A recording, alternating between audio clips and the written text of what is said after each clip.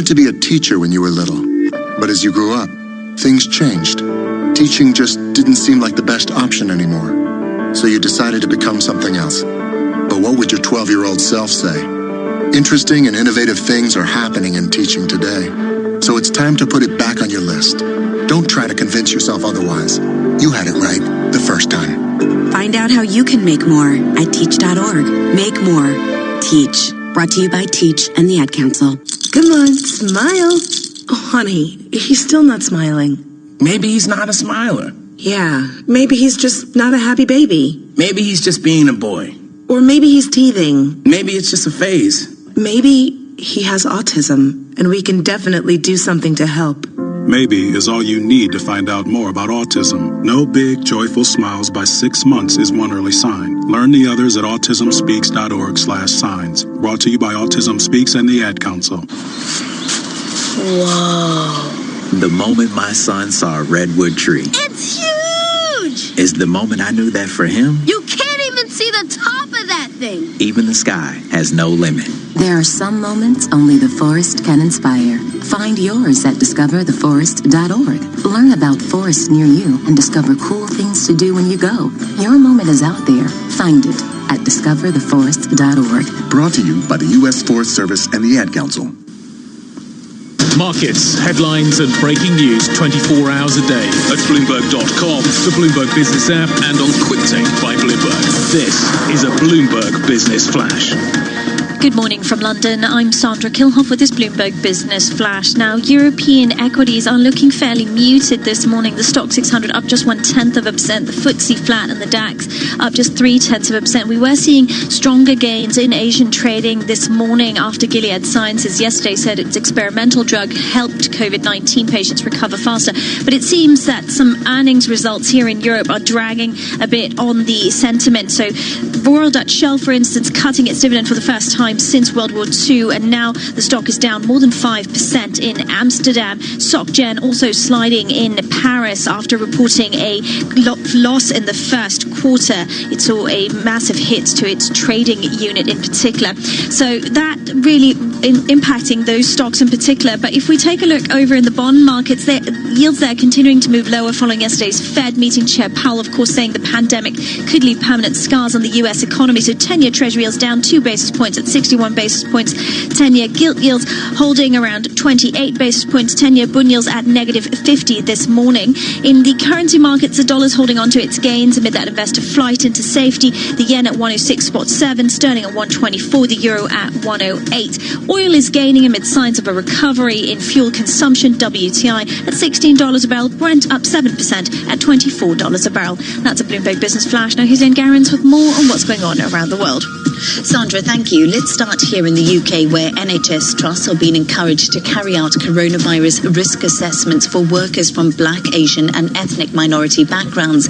Data suggests they've been disproportionately affected by coronavirus. The letter for NHS England urges health trusts to make appropriate arrangements, which could include moving those from ethnic minority backgrounds away from frontline facing roles. Now, staying here in the UK, Education Secretary Gavin Williamson says schools in England will be open to children in a phased manner once the coronavirus lockdown ends. Williamson said he was unable to get a date for schools to restart, but would give them as much notice as possible so they can prepare properly. And South Korea has agreed with China to ease quarantine requirements for business travellers. This is Beijing's first such move to revive essential economic activities disrupted by the coronavirus pandemic. The so-called fast-track entry will take effect from tomorrow. Global news 24 hours a day, on air and on QuickTake by Bloomberg, powered by more than 2,700 journalists and analysts in more than 120 countries. I'm Leanne Gerrans. This is Bloomberg Naira. Leanne, thank you so much. Now to one of our top earnings interviews this morning, Société Générale posting a surprise first quarter loss after stock volatility wiped out its trading unit. The French lender is also following its peers in bracing for the coronavirus impact by setting aside €820 million to cover bad loans. Manus Cranny and I spoke to CEO Frédéric Oudéa earlier, and we began by getting his outlook for credit losses in 2020. What we see is precisely an underlying cost of risk which is representative of what we had in mind. But then, effectively, the impact of the COVID crisis with a mix of overlay provisions and some direct impact, and effectively some one-offs which are related to two fraud-related files. So it's a bit of a mix, but the bulk of the increase is related to the COVID crisis. And in terms of perspective for the full year, let me just highlight that with a lot of prudence, and according to different scenarios, we give a range of the cost of risk that we expect for this year, between 70 basis points in a base scenario of, for example, a 6.8 minus a drop of GDP in Eurozone, and 100 basis points for a close to 13%, minus 13% drop of GDP in the Eurozone. So we think that we should be within this range for the full year. So the fact you've set aside the 820 million euros for bad loans in the first quarter, can you put any kind of number in terms of millions or billions for 2020 in terms of loan loss provisions at Société Générale? As I've said, with again the prudence of all the uncertainty on the scenarios, but also the benefit of all the government schemes. I think that what is very specific in this crisis, and I would say France is probably the most agile in quickly implementing these guaranteed facilities, which will reduce the default. It makes the provision, the forecast very difficult. As I've said, we have in a base case 70 basis points. 10 basis points that represent 500 million euros of cost of risk. So it means roughly for the full year in the base case scenarios, 3.5 billion euros. We start with 65 basis points, so it's more or less this kind of level that in this base case scenario, as I've said, with a minus 6.8% overall GDP drop in the Eurozone. If we were at 100 basis points, you can make the calculation. It's again a more extreme and long-term scenario of low activity and potentially with a second wave of coronavirus contagion. The French GDP numbers, we expected to contract by nearly 6% in the first quarter. The market had penciled in 4%. Each of the bank CEOs that we've spoken to have spoken to Nera and I, and they've talked about a drawdown of credit by major institutions. Have you seen that? Can you give us any numbers? And have you seen peak drawdown? And are companies in the process of repaying you? Just contextualize that for us. What we saw, first of all, yes, it's some existing facilities which were drawn, and of course it increases the risk-weighted asset. But I think it's overall not that significant. It happened at the beginning of the crisis. Now it's more or less stabilized. And a lot of companies have gone also to the market successfully, raising funds and with bond issues. We, at the same time, and it's very specific to France, we have already put in place, we've received for close to 80 billion euros of guaranteed facilities by the government. And in 2 weeks' time, roughly, this money will be in the accounts of the companies. It's already a lot has been credited. And so we see also that, but with no impact on our capital, because or very minimal, because 90% is guaranteed by the government. A lot of money is put on the table by the government to help the companies to go through this crisis. And I would say we are, the good news also, the other guidance that we give, and of course looking at different options on PNL, on precisely drawing of facilities, of downgrading of credit, is that we will keep a good buffer on our capital for the full year between 200 basis points and 250 basis points.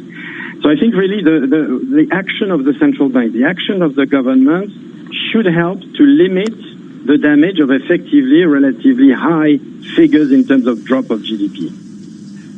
That was Société Générale CEO Frédéric Oudéa. SocGen down 4.2%. And meanwhile, European equities, US futures have pretty much given up their gains.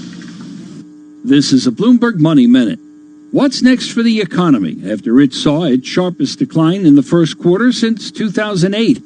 Analysts say the second quarter could bring the worst decline ever recorded in records going back to 1947. And the rebound may be lukewarm at best, according to Stifel Financial Chief Economist Lindsay Piegza. Patterns of consumers have already changed, and it's likely that we're unable to reach even a 2% growth rate 12 to 18 months from now. We'll get the government's latest reading on consumer spending today, with economists forecasting a 5% decline in March.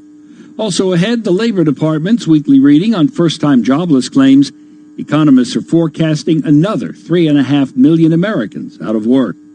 McDonald's drive-thrus likely kept its U.S. sales positive in the first quarter despite dining room closures.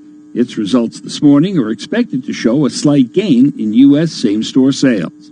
Larry Kofsky, Bloomberg Radio. The best of Bloomberg Business Week every business day. We got to talk about the markets. We got to talk about the Fed news. The Bloomberg Business Week podcast with Carol Masser and Jason Kelly. How do you think about oil from an investment perspective? The day's breaking global business, finance, and tech news, along with smart analysis. Of course, oil's a great investment play. The Bloomberg Business Week podcast. A great scoop on the terminal. Listen today on BloombergRadio.com, the Bloomberg Business app, or subscribe on Apple Podcasts. Something remarkable happens when just the right elements come together. Ideas with technology, data with inspiration, investors with solutions. This is what Invesco does every day, because they believe the possibilities of life and investing are greater when we come together. Invesco. Let's invest in greater possibilities together. To learn more, visit Invesco.com/together. Invesco Distributors, Incorporated. Business is constantly... Oh, just there, Dave. Smashing.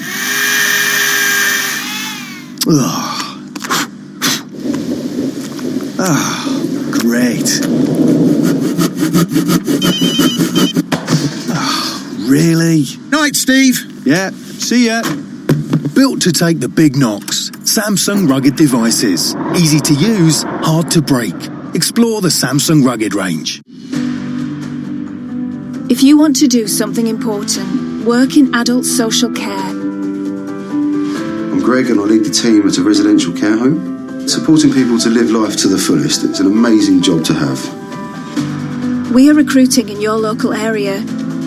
We need you now, and they need you always. Care for others. Make a difference. Today. Search adult social care jobs now. Picture in your mind a stylish Audi with striking LED headlights, sporty alloy wheels, and some of our most advanced features, including a 10-inch digital cockpit and smart assistant systems like lane departure warning. Picture what that Audi looks like. Now think smaller. The Audi A1. It's not a small car, it's a small Audi. Visit audi.co.uk. Audi. Vorsprung durch Technik. While most of us are looking out for each other at this time, sadly, fraudsters are trying to take advantage of the situation. Here's Chris Ainsley from Santander with advice for keeping your money safe. Please be wary of people you've met online who claim to be stranded abroad and urgently need money. Always take time to think before you act, and if you think you're the victim of fraud, then let your bank know right away. For more advice on keeping your money safe, visit santander.co.uk. Keep up with everything happening in the wild world of pro wrestling with a podcast on TuneIn. For expert analysis straight from the WWE to Steve Austin's no-holds-barred conversations with wrestling's biggest personalities, search sports and scroll down to the world of wrestling to listen. In case you didn't know, TuneIn lets you listen to the same radio stations you pick up on your home or car radio, except you can hear them from anywhere. If you want to find a station from somewhere else in the world, navigate to the By Location section under Browse. Keep exploring with TuneIn. Broadcasting live to London on DAB Digital Radio, to New York, Bloomberg 1130, to Washington DC, Bloomberg 99.1, to Boston, Bloomberg 106.1, to San Francisco, Bloomberg 960, and around the globe, the Bloomberg Business app and BloombergRadio.com. This is Bloomberg Daybreak Europe. 8:30 a.m. in London, 9:30 if you're listening in Paris, Frankfurt or Brussels. Good morning, everyone. I'm Naira Chehich. And I'm Roger Hearing, and you're listening to Bloomberg Daybreak Europe. Roger, 30 minutes into the equity market open here in Europe, we've not only given up the gains that we saw at the open, we're actually edging into negative territory on the Stock 600, down 0.1% after 3 days of more than 1.5% in the green on each day. So definitely a pause to some of the risk appetite. FTSE 100 down 0.2%, the CAC 40 up 0.3%, the DAX higher by 0.2%, IBEX and FTSE MIB both in the red. The US equity market, the S&P 500 hit a 7-week high yesterday. A lot of that was driven by optimism around testing on the Gilead coronavirus drug remdesivir, but futures were positive in the Asian session. S&P E-minis have now given up their gains to trade flat. Dow futures are higher by 0.1%. Nasdaq futures hold their gains, but a lot of that could be down to the trifecta of earnings that we got in tech, where we saw gains in stocks overnight of Facebook, Tesla and Microsoft. Turning to treasuries, the 10-year treasury yield is down 2 basis points. So there you are again, perhaps seeing a little bit of a reflection of risk off. 61 basis handle. 10-year bund yield goes nowhere, -50. 10-year gilt yield is steady as well. Of course, we look ahead to the ECB. A minority of economists, including Goldman, think we might see actually some expansion to the bond buying today. Most economists see that happening in September. And then if we take a look at oil, outlier here in terms of the risk picture, WTI up 11.7%, $16.82 a barrel. Brent at 24.16, up 7%. Of course, that follows a painful start to the week. Yesterday, we questioned if the move higher was short covering, but today it does seem perhaps to be driven by some fundamentals in terms of a surprise drop that we saw in American gasoline stockpiles. Roger. Right, let's move on to some of today's top stories now. The UK's death toll from the coronavirus has passed the 26,000 mark. That's after the government bowed to pressure to include fatalities outside hospitals for the first time. The Foreign Secretary Dominic Raab is warning the government won't ease the lockdown quickly. He's highlighting Germany, of course, where the number of new cases rose after social distancing measures there were relaxed. And if we turn to the US, Roger, it's organising an effort to drastically cut the time needed to develop a coronavirus vaccine, along the lines of the Manhattan Project to develop an atomic weapon in the Second World War. So-called Operation Warp Speed wants doses for most Americans available by year's end. The programme will pull together pharmaceutical companies, government agencies and the military, with US taxpayers shouldering much of the financial risk. Meanwhile, Gilead Sciences says there are more than 50,000 courses of its experimental COVID-19 therapy ready to ship. The company's just waiting for approval from US regulators. The infectious diseases expert, Anthony Fauci, says the gut drug showed a significant positive effect in treating the virus, but scientists are urging caution as this is neither a vaccine nor a cure. And there are the earlier tests that were carried out in China, reviewed by the Lancet magazine, had rather more negative results. Yeah, there's so many caveats around this, Roger, and that's perhaps why we're seeing some of the risk appetite fade in today's session. Now, in earnings news this morning, Société Générale posted a loss for the first quarter. That's as its stock traders were wiped out by the market volatility due to the pandemic. Revenue from equities trading slumped 99% to €9 million. The bank posted a net loss of €326 million. It's also setting aside $820 million for bad loans in the first quarter. And if we actually look at some of the commentary around this, by the way, that's 820 million euros for bad loans, just to be specific on the currency we're working with. Bloomberg Intelligence says it was a dismal first quarter for equities, and actually the loss undoes 2090's good work. That's the take from Bloomberg Intelligence. SocGen shares down 4.2%, Roger. Right, now Shell has shocked investors by cutting its dividend for the first time since World War II. The two-thirds reduction comes as the slumping crude prices slashed profits at the oil major. Adding to the gloom, Shell said weak first quarter earnings are expected to be followed by an even tougher second quarter. The CEO, Ben van Beurden, spoke exclusively to Bloomberg's Matt Miller and Anna Edwards, so take a listen. It's of course a difficult day, but on the other hand, it is also an inevitable moment. We are basically facing two problems. One, of course, is the very poor macroeconomic environment, which is getting worse. But the other problem, which is probably even bigger, is that we basically have a crisis of uncertainty. Uncertainty about demand, about prices, maybe even uncertainty about the viability of some of our assets, given all the logistical issues that we have. So we have taken some very strong and early countermeasures to protect the financial resilience of our company. And you've seen before that we have taken a reduction in capital cost and operating cost, $8 to $9 billion over 12 months. But frankly speaking, these countermeasures are not enough to deal with the unprecedented uncertainty that we are seeing. So the board has decided that it was prudent to also reduce the dividend. And then early this morning, we have decided to reset the dividend to 16 cents going forward, which is still a meaningful dividend and an affordable dividend, Anna. And you won't continue with the next tranche of your buyback either, Ben. Let me ask about your debt. A lot of companies and countries are having to deal with much higher gearing. You were already at your comfort level before this crisis, but changes are going to have to be made, I guess, to our comfort levels here. How high do you expect your gearing to go, and when do you want to turn it around and start bringing it back down? Very good question, Matt. And indeed, when I talk about financial resilience, which is, I think, the key thing to protect with such an uncertain outlook, it is both about the debt levels that we feel are appropriate, but also the liquidity that we have. Now, our debt levels are outside the range that we would consider to be normal over the cycle. We end up at a gearing slightly less than 29%. We would really like to be below 25%. And of course, in the next quarters and perhaps years, depending a little bit on how this plays out, we will do everything to get our gearing back in the range that we need to have.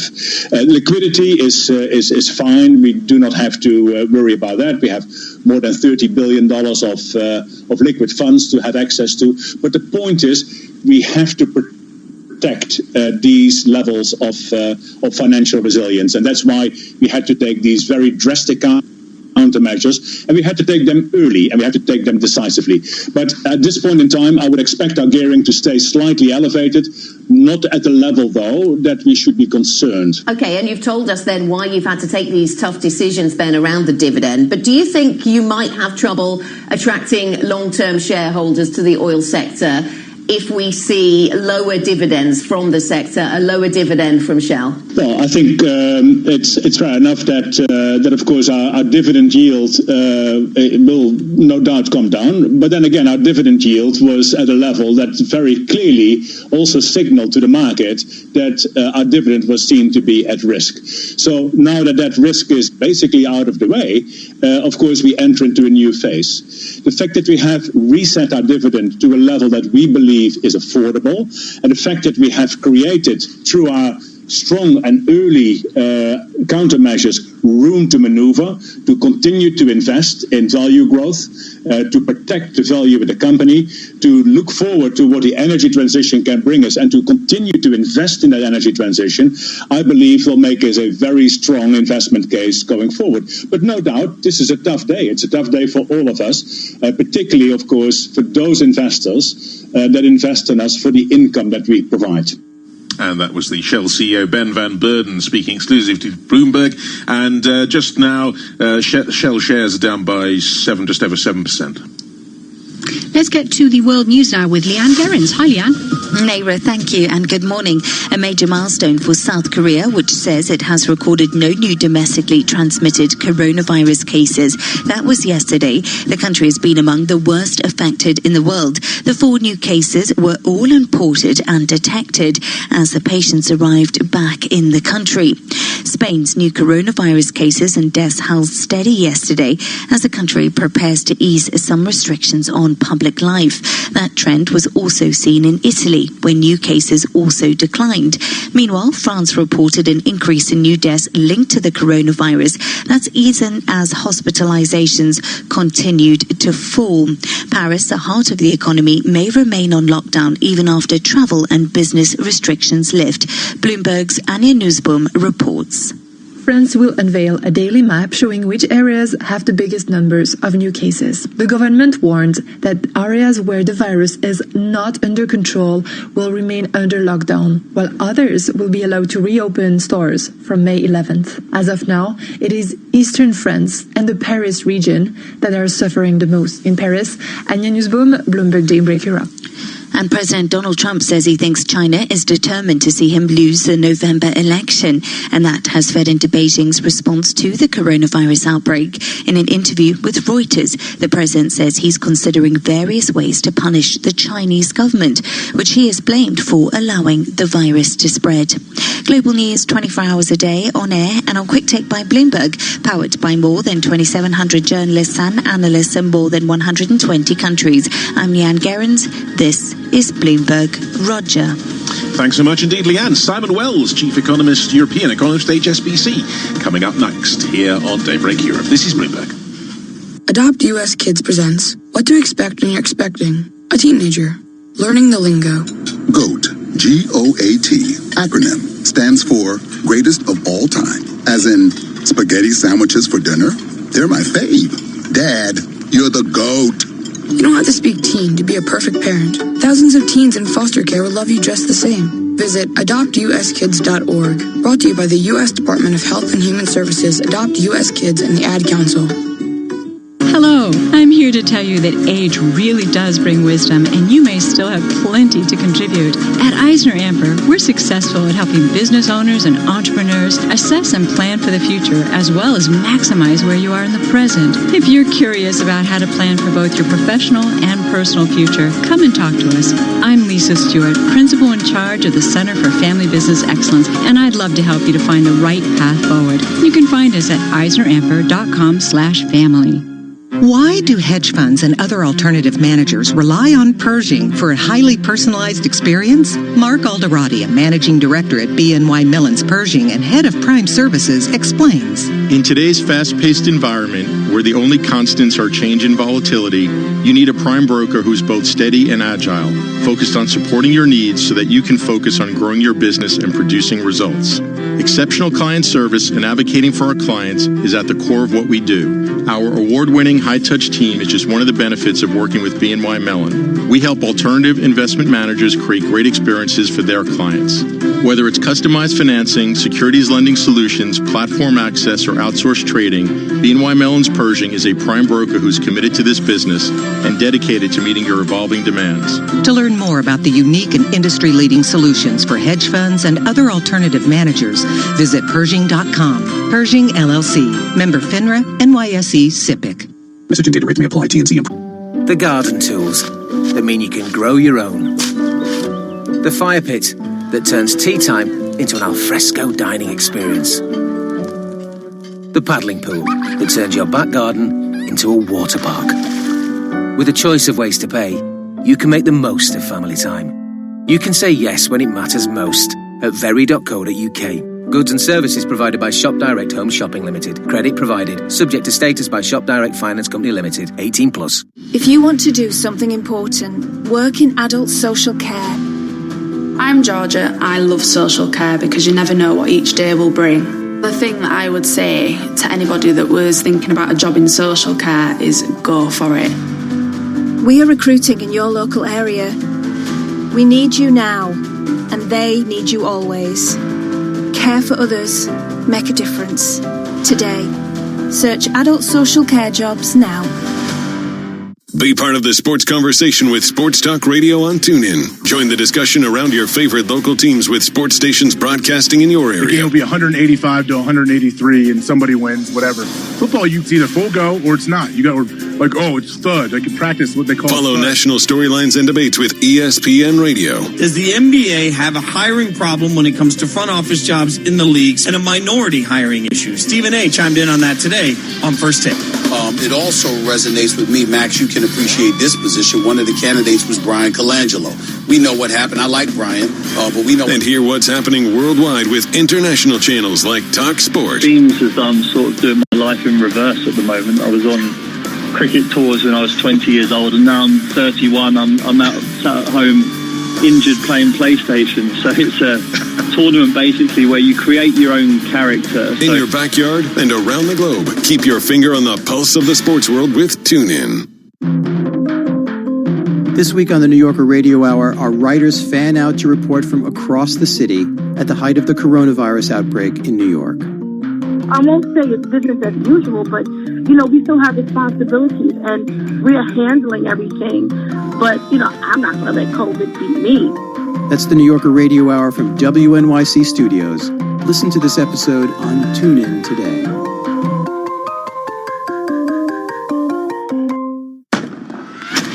With the NHL season temporarily on ice, now is a good time to catch up on past games. This shot score, Malkin again. Bergeron, he scores! With Game Replay on TuneIn, you can listen to every power play, slapshot, and goal of the 2019-2020 season so far. Suter to Cunnin to Fiala. He scores! And for a limited time, it's free for hockey fans everywhere. Search Classic Game Replays to start listening. A social distancing tip. Keeping your distance from others is important in slowing the spread of coronavirus. So here are some fun things to do alone. Read a book, take a walk, unpack your suitcase from that trip you took last September, paint a self-portrait, catch up on a TV series, do a puzzle. Remember, we should all stay home to lower the risk for everyone. For more info, visit coronavirus.gov. Let's all do our part, because we're all #AloneTogether. Brought to you by the Ad Council. Want to relive the glory of college football? Balls over a man, into the end zone.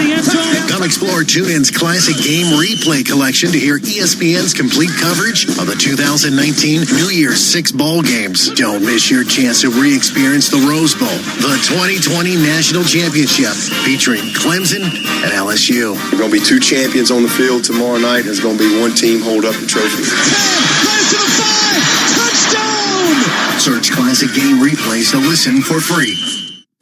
Hey, it's Jacoby here from Jalen and Jacoby. And after you watch The Last Dance on ESPN, which you're obviously going to do just like the rest of us stuck in our homes in quarantine, you can join Jalen Rose and I for Jalen and Jacoby, The After Show. And we will be joined by the director of the documentary series, Jason Eyre, to discuss each episode in detail.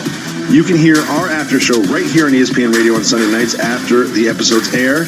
And they'll be available on the Jalen and Jacoby podcast feed. Search Jalen and Jacoby to listen today. News 24 hours a day at Bloomberg.com, the Bloomberg Business app, and on QuickTake by Bloomberg. This is a Bloomberg Business Flash. Good morning from London. I'm Sandra Kilhoff with this Bloomberg Business Flash. Now, it's looking like a fairly muted trading day in European stock markets this morning. The FTSE is down 0.2%. The Stock 600 is flat, while the DAX is up just 0.2%. It follows what was actually a fairly positive trading day in Asia, where traders were really taking stock of the fact that Gilead Sciences yesterday said its experimental drug had helped COVID-19 patients recover faster.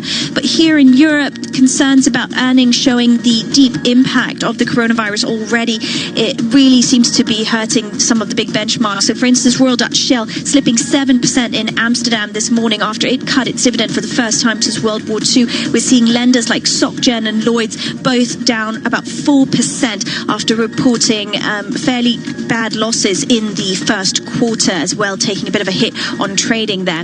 That said, bond yields are continuing to move lower following yesterday's Fed meeting. Chair Powell there saying that the pandemic could leave permanent scars on the U.S. economy. So 10-year Treasury yields down 2 basis points at 61 basis points at the moment. 10-year bund yields also lower at -50. 10-year gilt yields holding at 28 basis points this morning. The dollar holding on to its gains amid that investor flight into safety. Otherwise, G10 currencies fairly range-bound. The yen at 106.6 against the greenback. Sterling at 124. The euro at 108 this morning. Finally, oil is gaining amid signs of a recovery in fuel consumption. WTI up 14% at $17 a barrel. Brent gaining almost 10% at $24 a barrel. That's a Bloomberg Business Flash. Now here's Lynn Garrins with more on what's going on around the world. Sandra, thank you. Let's start here in the UK, where NHS trusts are being encouraged to carry out coronavirus risk assessments for workers from Black, Asian and ethnic minority backgrounds. Data suggests they've been disproportionately affected by coronavirus. The letter from NHS England urges health trusts to make appropriate arrangements,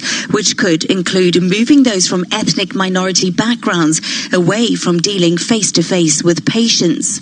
Now, the number of new coronavirus cases in Germany rose for the first time in 3 days as the government weighs further steps to return the country back to normal. Chancellor Angela Merkel is scheduled to consult with state premiers today on whether to further relax restrictions on public life. And finally, Tiger King has lost its crown as the world's top documentary. It has been overtaken by ESPN's The Last Dance. That is Michael Jordan's documentary. This is a boost for the cable giant at a time when the coronavirus pandemic has shut down live sports and slashed viewer numbers.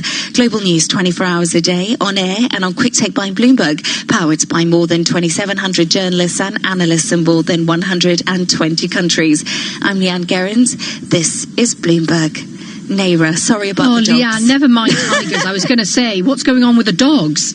They've seen the street cleaner outside and he's causing much chaos in my house this morning. They're very entertained. Yeah, and very, very tuneful, I thought. Very impressive barking. Yes, you see, Percy's been superseded, Roger. I've asked for Percy, your cat, to try anchor the show, but we've got new candidates, it seems.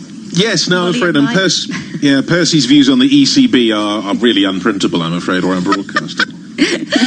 All right, well, let's get to the views of somebody whose views on the ECB and other things are certainly not unprintable. Simon Wells, Chief European Economist at HSBC, joins us for the rest of the hour. Simon, really great to have you with us. Thank you so much for joining us today. Let's start on the ECB, because a minority of economists do expect an expansion of the bond buying today, Goldman among them. What are you expecting from today's meeting? Well, first of all, I'm going to be interrupted by dogs. I am slightly worried a child might come running in with some ECB views. But no, neither he nor I are of the view that the ECB are going to do anything today.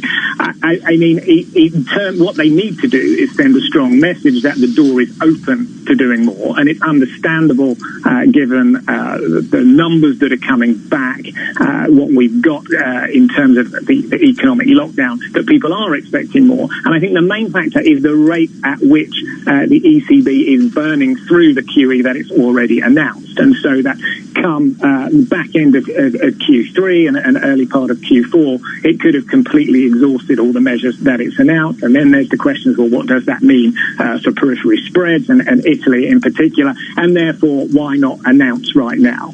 So I can see the logic, but on the other hand, there is plenty of QE for now. Take stock. Next time you'll have new economic projections. Obviously, fiscal policy is finally doing a little bit more. So why take the pressure off now? And we've still got some divisions within the governing council. So I think for those reasons combined, despite the pressure to announce a bit more immediately, I think they will be on hold. Well, Simon, you say fiscal is doing a bit more, but there is still not a joint fiscal response, not a proper one. And is there a sense here that Christine Lagarde needs to stand back and say, right, OK, the ball's in your court to the governments now? Well, of course, she tried that at the last scheduled meeting, and the market was having none of it. And then, of course, they had to come back in. So no doubt that's what the ECB wants to do. But as we saw last month, it is a dangerous game to play. But having acted so strongly last time, maybe they can.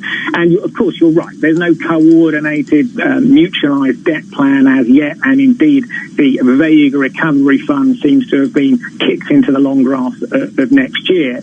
But what we do have is this sort of nearer term liquidity backstop coming through via the ESM. And if that were to be combined with the ECB's outright monetary transactions, the OMTs, then it could be quite a powerful joint backstop. So of course, we're not getting the sort of things that Italy and Spain and even France was wanting, but there has been some movement on the fiscal front, and that could be enough for Lagarde just to stand pat today. So standing pat today, perhaps, Simon, but if and when the ECB does eventually expand stimulus, what would the market see as the best option? Jane Foley of Rabobank told me on TV earlier that buying junk debt is already in the price. But what would you like to see? Is it simply about the scale of purchases? Is it about further tweaks to technical limits? Is it about the junk debt? Is it all of the above? So I think, by and large, the junk debt is a corporate bond issue, and I agree there does seem to be a large expectation that this is going to come in. As regards standard monetary operations, we already have the so-called grandfathering of the credit ratings, such that things could be downgraded until September, and they would still be acceptable in ECB off. So we have seen some movement. What do I think we need? Well, first and foremost, the PEPP, which has been the big bazooka so far, the 750 billion, they've not even announced that they're going to reinvest that yet. So next year becomes the massive problem. I mean, in some sense, the ECB could even become net sellers of BTPs if it doesn't announce the reinvestment of the PPP. So I think the first thing it has to do is say, look, we're going to reinvest the PPP. But given the nature of the PPP, it's quite hard to, and once coronavirus is well and truly, if and when coronavirus is well and truly in remission, it's very hard to announce another PPP type program. So I think they probably need to announce a little bit more at some stage.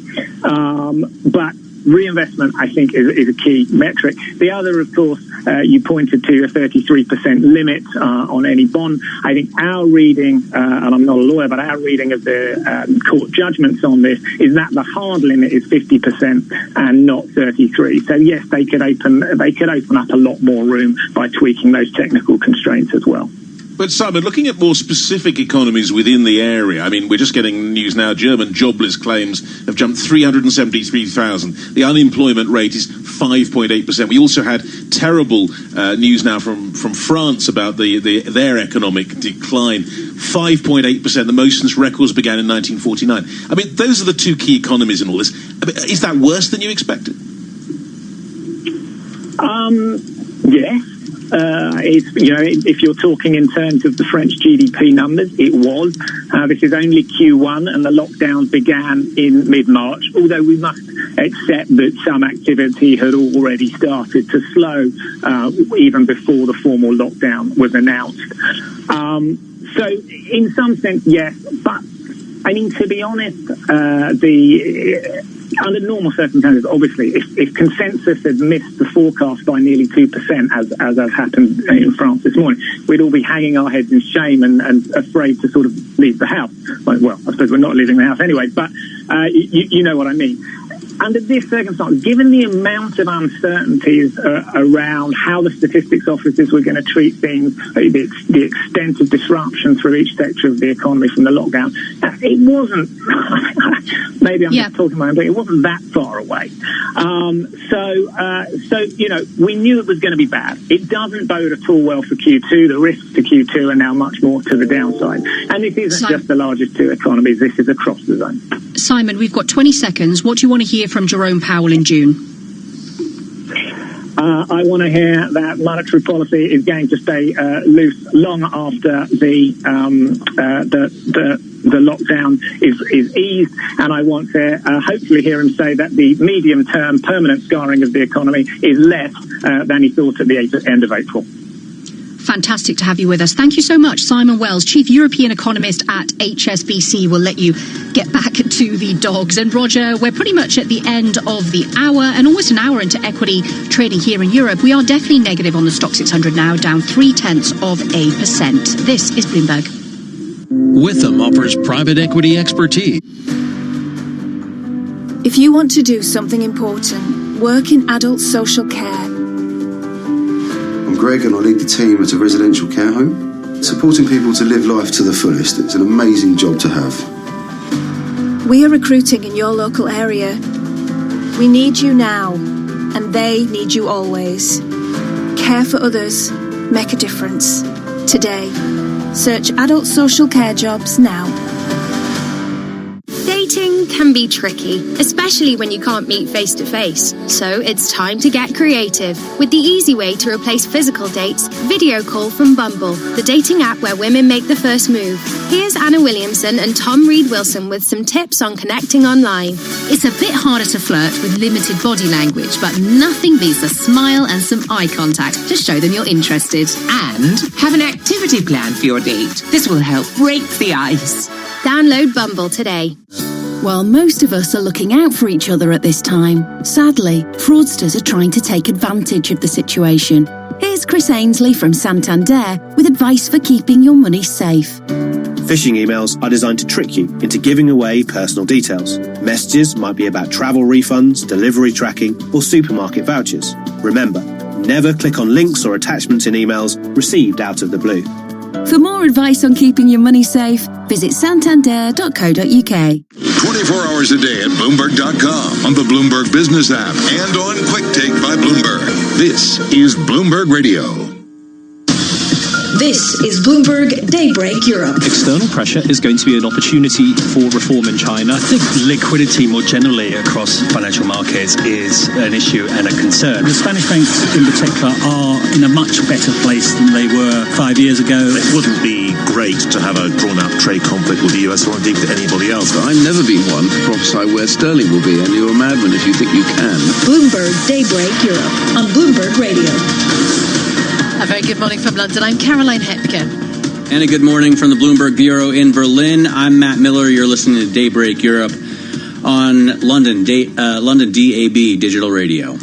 So a word on the UK, Matt. Boris Johnson will be back leading the press conference this afternoon when it comes to coronavirus. Of course, the UK worried about a second wave, but now the government has finally decided to include non-hospital deaths into their count. So total fatalities here, 26,000 people in the UK. So there's a real worry that Britain could end up being one of the worst victims when it comes to the coronavirus outbreak. All of this amid, of course, the US and Europe, how much stimulus is going to be added by the ECB later? Yeah, very interesting. And especially, I think, markets are focused on the ECB. We didn't get much from the Fed, but markets were rising earlier on optimism about President Trump's Operation Warp Speed and, the attempt to find a vaccine sooner by the end of the year. Also, Gilead's, as Dr. Anthony Fauci said, promising treatment for coronavirus, or for COVID-19, I should say. But we had Shell cutting its dividend for the first time since World War II, and that brought the stock down, which has now started to really weigh on markets. That and some bank losses that we're seeing. Let me go ahead and take you through what we're seeing in the indexes, because we were looking at all gains across Europe, and now only the CAC 40 in Paris is up. Everything else is down. Not huge losses, but the FTSE is down 1/3%. The DAX is down 0.1%. The IBEX 35 in Milan is down 0.6%. The FTSE MIB in Milan is down 0.6%. The IBEX 35 in Madrid is down also 0.6%. So you had, for example, SocGen coming out with a loss. You had BBVA coming out with a loss. You had Lloyd's posting big loan loss provisions. So you have financials that are posting concerning numbers, and you have, as I said, Royal Dutch Shell cutting its dividend and at one point falling 7%. And those are heavy stocks, so they're weighing on the equity indexes. U.S. futures were up this morning. Now we're looking at a mixed picture. S&P 500 E-mini contracts are down. Dow Jones and NASDAQ futures are still green, especially NASDAQ futures, 0.4%. NASDAQ and big tech looking to put up some gains when the market opens later on this afternoon. I want to quickly give you a look as well at oil. Brent crude is trading for $24.26 a barrel. And we're looking at NYMEX WTI up 12% to $16.85. So gains in the oil patch as the dollar weakens against the euro, 108.84, strengthens against the pound barely at 124.68. And right now you can buy 106.57 yen for your dollar. By the way, the U.S. Treasury yield is 0.6077%. Always good to get the market check in first of all. But let's talk about what investors are looking at. Yes, they're weighing these positive developments about the coronavirus treatment or possible treatment, but that comes against the dire growth warnings that we also got from the Fed, from Jay Powell yesterday. And then at the same time, the slew of earnings highlighting the impact of the pandemic. Shell, as you mentioned, and Societe Generale. For more, let's bring in Paul Markham, Global Equities Portfolio Manager at Newton Investment Management. Paul, thank you so much for joining us on radio this morning. What do you make of the earnings season so far? Obviously, it was expected to be bad, but the expectation and the reality always slightly different. Yes, and there are some very sort of stark differences between individual companies, and we've seen some very different attitudes from within the energy sector towards dividend, for example, as you've just mentioned, and that to some extent probably will end up being a timing difference. I think in many sectors you will find that this whole situation is quite a leveler for the time being. There will be some business models intra-sector which can do better than others, but on the whole, quite a lot of the business outlook will be much more cut on a sector basis, I suspect. So it's certainly probably not a time to be looking too closely really at earnings. I think as we get through this year and towards the fourth quarter, then maybe if we start seeing some form of normalization, then the market could take a more informed view as to where we go from here and how life will look going forward. But I think at this stage that's pretty difficult to do. What are your clients doing right now, Paul? Well, we've certainly seen the number of requests for reviews and so on rising, and that's fine because at this time clients need hand-holding. In terms of action, we haven't seen that much aside from one shift which we have seen, which is that quite a few US-based investors have been wanting to repatriate some of their assets back to their own market, and that often happens at times of perceived or actual stress.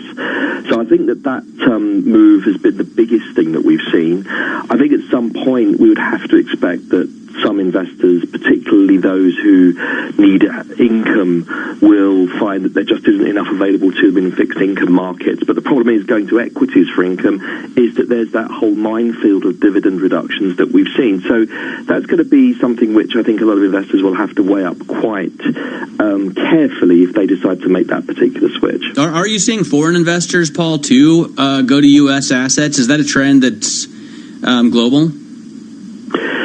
Not yet. I think that the big question there would have to be if you suspect, as we do, going into the next couple of years, that there may well be a period of a weaker US dollar that will erode the attractiveness of US assets for overseas investors, and also, of course, the valuation differentials between the US and other markets. Offsetting that, of course, Matt, there is one particular sector consideration, which is the US has a far bigger preponderance of those 200-pound gorilla tech stocks, which have been so robust in many cases, both on a business basis and on a stock level performance basis over the last couple of quarters. So I think that may be something to bear in mind. But I think to see foreign investors moving further into US stocks at this stage is probably going to be the extension of something which we've already seen over the last 10 years or so.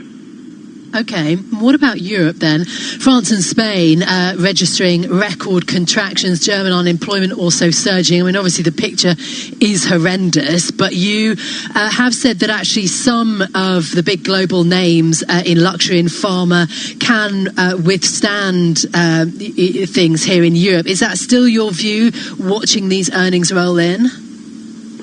Yes, it is. I mean, we have seen for some years now that more steady growth part of the market outperform, and so some of those areas such as staples and some of the, as you say, the sort of structural growth areas have been rated up somewhat, certainly in comparison to the value areas of the more cyclically value-based areas of the market. I think that investors will continue to prize the kind of earning stability that they can provide. Clearly, the need for drugs for chronic diseases out with COVID-19 and all of the speculation about potential vaccines and so on. But just standard healthcare products will continue to see very unaltered demand. Clearly consumer staples as well, when you think about some of the food demand which we've seen and so on. So I think they'll probably they'll remain reasonably attractive within Europe. The problem with European equity markets is that the technology sector isn't well represented. The value stocks in the market tend to be dominated by industrials and by financials.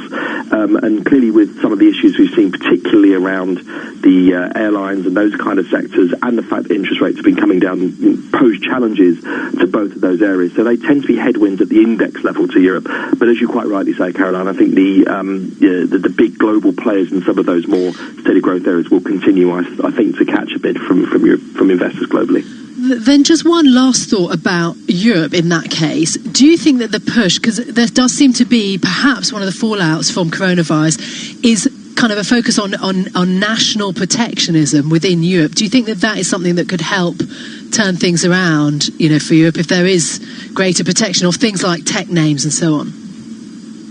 Yeah, I mean, it's a good question. I don't think that. I think, in fact, one of the things which will be the biggest shoe to drop, or to use another metaphor, is still the biggest elephant in the room, is the idea of the mutualisation of debt and Europe acting more as one.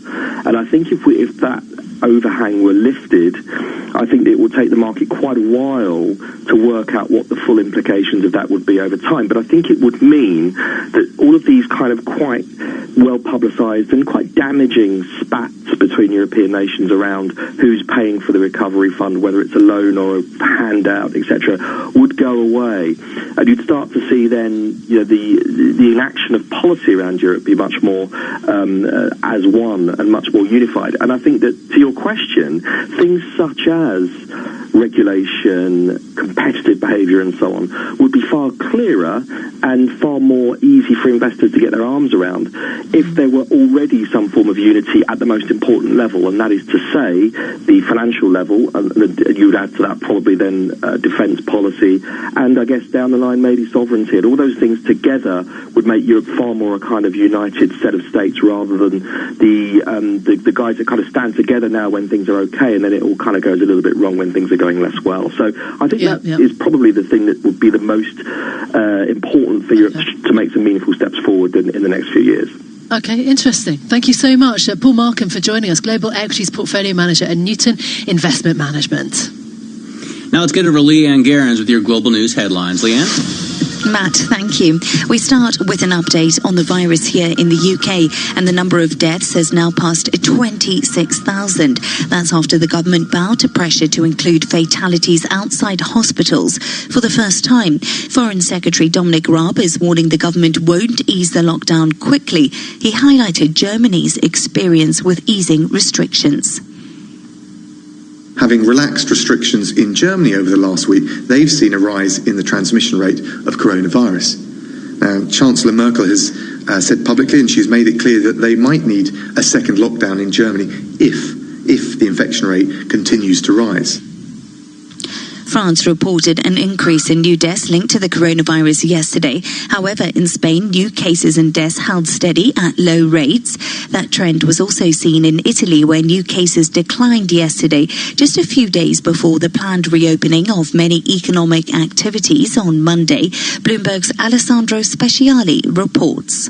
Despite the numbers, Prime Minister Giuseppe Conte is already under fire from coalition allies, regional and business leaders. But Italy was also given a stark reminder of just how huge are the risks posed by the pandemic to its fragile economy. Fitch Ratings on Tuesday downgraded its sovereign rating one notch to BBB-. In Rome, Alessandro Speciale, Bloomberg, Daybreak Europe. Now, as Matt mentioned earlier, Gilead scientists say there are more than 50,000 courses of its experimental coronavirus therapy ready to ship. The company is just waiting for approval from U.S. regulators. Infectious disease expert Anthony Fauci said the drug showed a significant positive effect in treating the virus, but scientists are urging caution as this is neither a vaccine nor a cure. And President Donald Trump says he thinks China is determined to see him lose the November election. And that has fed into Beijing's response to the coronavirus outbreak. In an interview with Reuters, the president says he's considering various ways to punish the Chinese government, which he's blamed for allowing the virus to spread. Global news 24 hours a day, on air and on quick take by Bloomberg, powered by more than 2,700 journalists and analysts in more than 120 countries. I'm Leanne Gerrans. This is Bloomberg Caroline. Thank you so much, Leanne Gerrans. Coming up next, we'll talk Bloomberg opinion. France preparing to open up its economy. That's next. This is Bloomberg. Business is constantly evolving. Is your financial printer evolving to keep ahead of the curve? At Command Financial, we are redefining financial printing by providing industry-leading expertise, leveraging technology, and honing processes and best practices.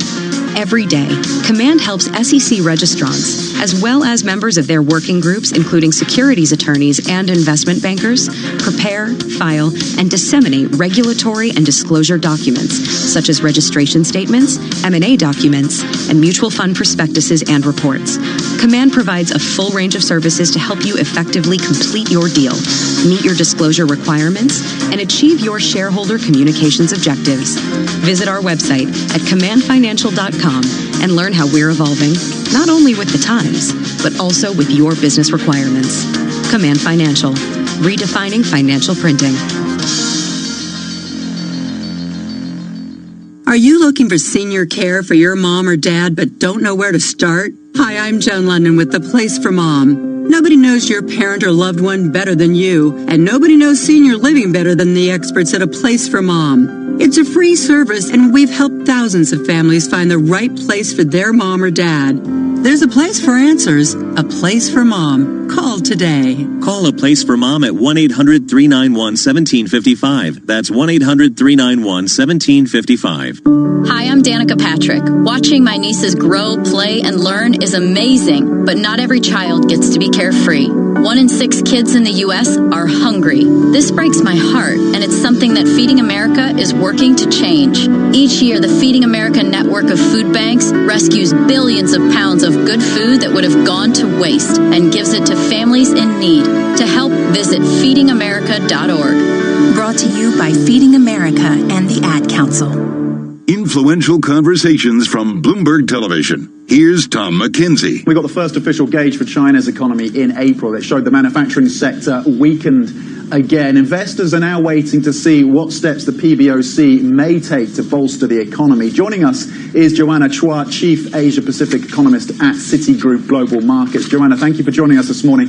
What is your assessment? Non-manufacturing expanded beyond the forecasts, manufacturing a little bit below the forecast, but still in expansionary territory. Then we had the Caixin survey as well. Are we going to get the sustained strength in May, do you think, or is that external demand picture going to drag? Well, certainly the external demand picture will certainly be a drag, but I think my readings of the latest PMI reading, I think on the manufacturing side, I don't think that's really a big surprise, not a big deviation. I think where there's a little bit of optimism is the non-manufacturing activity. There was always a lot of questions to what extent the services sector and some of the activity related to consumer choice and behavioral shifts will change as people feel a little bit more confident about the virus. And it's encouraging to see that we've seen a little bit more improvement there, much more beyond what were expected. So I think the hope is, at least going into the month of April, at least China seems to have contained the second wave, that if they can build on that going into the subsequent month, that would be positive. Having said that, when you look at the Caixin PMI, it kind of tells you really the lingering pressure among the small businesses. Hear more interviews like this one on Bloomberg Television, streaming live on Bloomberg.com and on the Bloomberg mobile app, or check your local cable listings. Markets, headlines and breaking news 24 hours a day at Bloomberg.com, the Bloomberg Business app and on QuickTake by Bloomberg. This is a Bloomberg Business Flash. Good morning from Bloomberg's World Headquarters in New York City. I'm Anne-Marie Hordern with this Bloomberg Radio Business Flash. European stocks are fluctuating this morning, but we are flat on the benchmark index. One company I want to bring your attention to, Royal Dutch Shell, down more than 5% this morning. They decided to cut the dividend for the first time since the Second World War. It just shows the depth of this crisis in the oil industry. It was a real shock for a lot of investors. In the futures market in New York, we are seeing U.S. futures eking out a little bit of a gain. Part of that has to do with the fact that the S&P 500 touched a 7-week high yesterday, fueled by this optimism from Gilead saying its drug helps patients recover faster. Whether or not that gets FDA approval is going to be a big focus for today. Also on the agenda that investors are really just digesting is everything we have to look forward to today. An ECB rate decision, closely watched jobless claims, Amazon and Apple also reporting after the bell. In the oil patch, we are seeing a little bit of signs of recovery. WTI $17, and Brent crude is pushing near $25 today. Signs of consumption is starting to kick back in. Chinese traffic is returning, and the EIA data yesterday was crucial. Surprise drop in gasoline stockpiles. In the Treasury market, U.S. 10-year yield down 2.1 basis points, hovering around 6.09%. We are seeing this really alongside European benchmarks as well for their 10-year yields. And then quickly in FX, no massive moves really. We are dead flat on the euro dollar, 1.08. and cable trading at 1.24. That's a Bloomberg Radio Business Flash. And here's Leanne Garens with more on what's going on around the world. Good morning, Leanne. Good morning, Anne-Marie, and thank you. Let's start here in the UK, where NHS trusts are being encouraged to carry out coronavirus risk assessments for workers from Black, Asian and ethnic minority backgrounds. Data suggests they've been disproportionately affected by coronavirus. The letter from NHS England urges health trusts to make appropriate arrangements, which could include moving those from ethnic minority backgrounds away from frontline-facing roles. Now, a major milestone for South Korea, which says it recorded no new domestically transmitted coronavirus cases. Yet that was yesterday. The country has been among the worst affected in the world. The 4 new cases were all imported and detected as the patients arrived back in the country. And Japanese Prime Minister Shinzo Abe will extend a national state of emergency over the coronavirus by a month, domestic media reports say. That's as some nations begin to start easing restrictions. The Nikkei newspaper said the final decision will be made after a meeting of experts on a Friday. Global news 24 hours a day, on air and on Quick Take by Bloomberg, powered by more than 2,700 journalists and analysts in more than 120 countries. I'm Leanne Gerrans. This is Bloomberg. Bloomberg Opinion, informed perspectives, and expert data-driven commentary on breaking news. It is 9:20 in the city. Time to check in with Bloomberg Opinion. We're joined by opinion columnist Lionel Laurent, who's writing about France's plan for easing lockdown measures.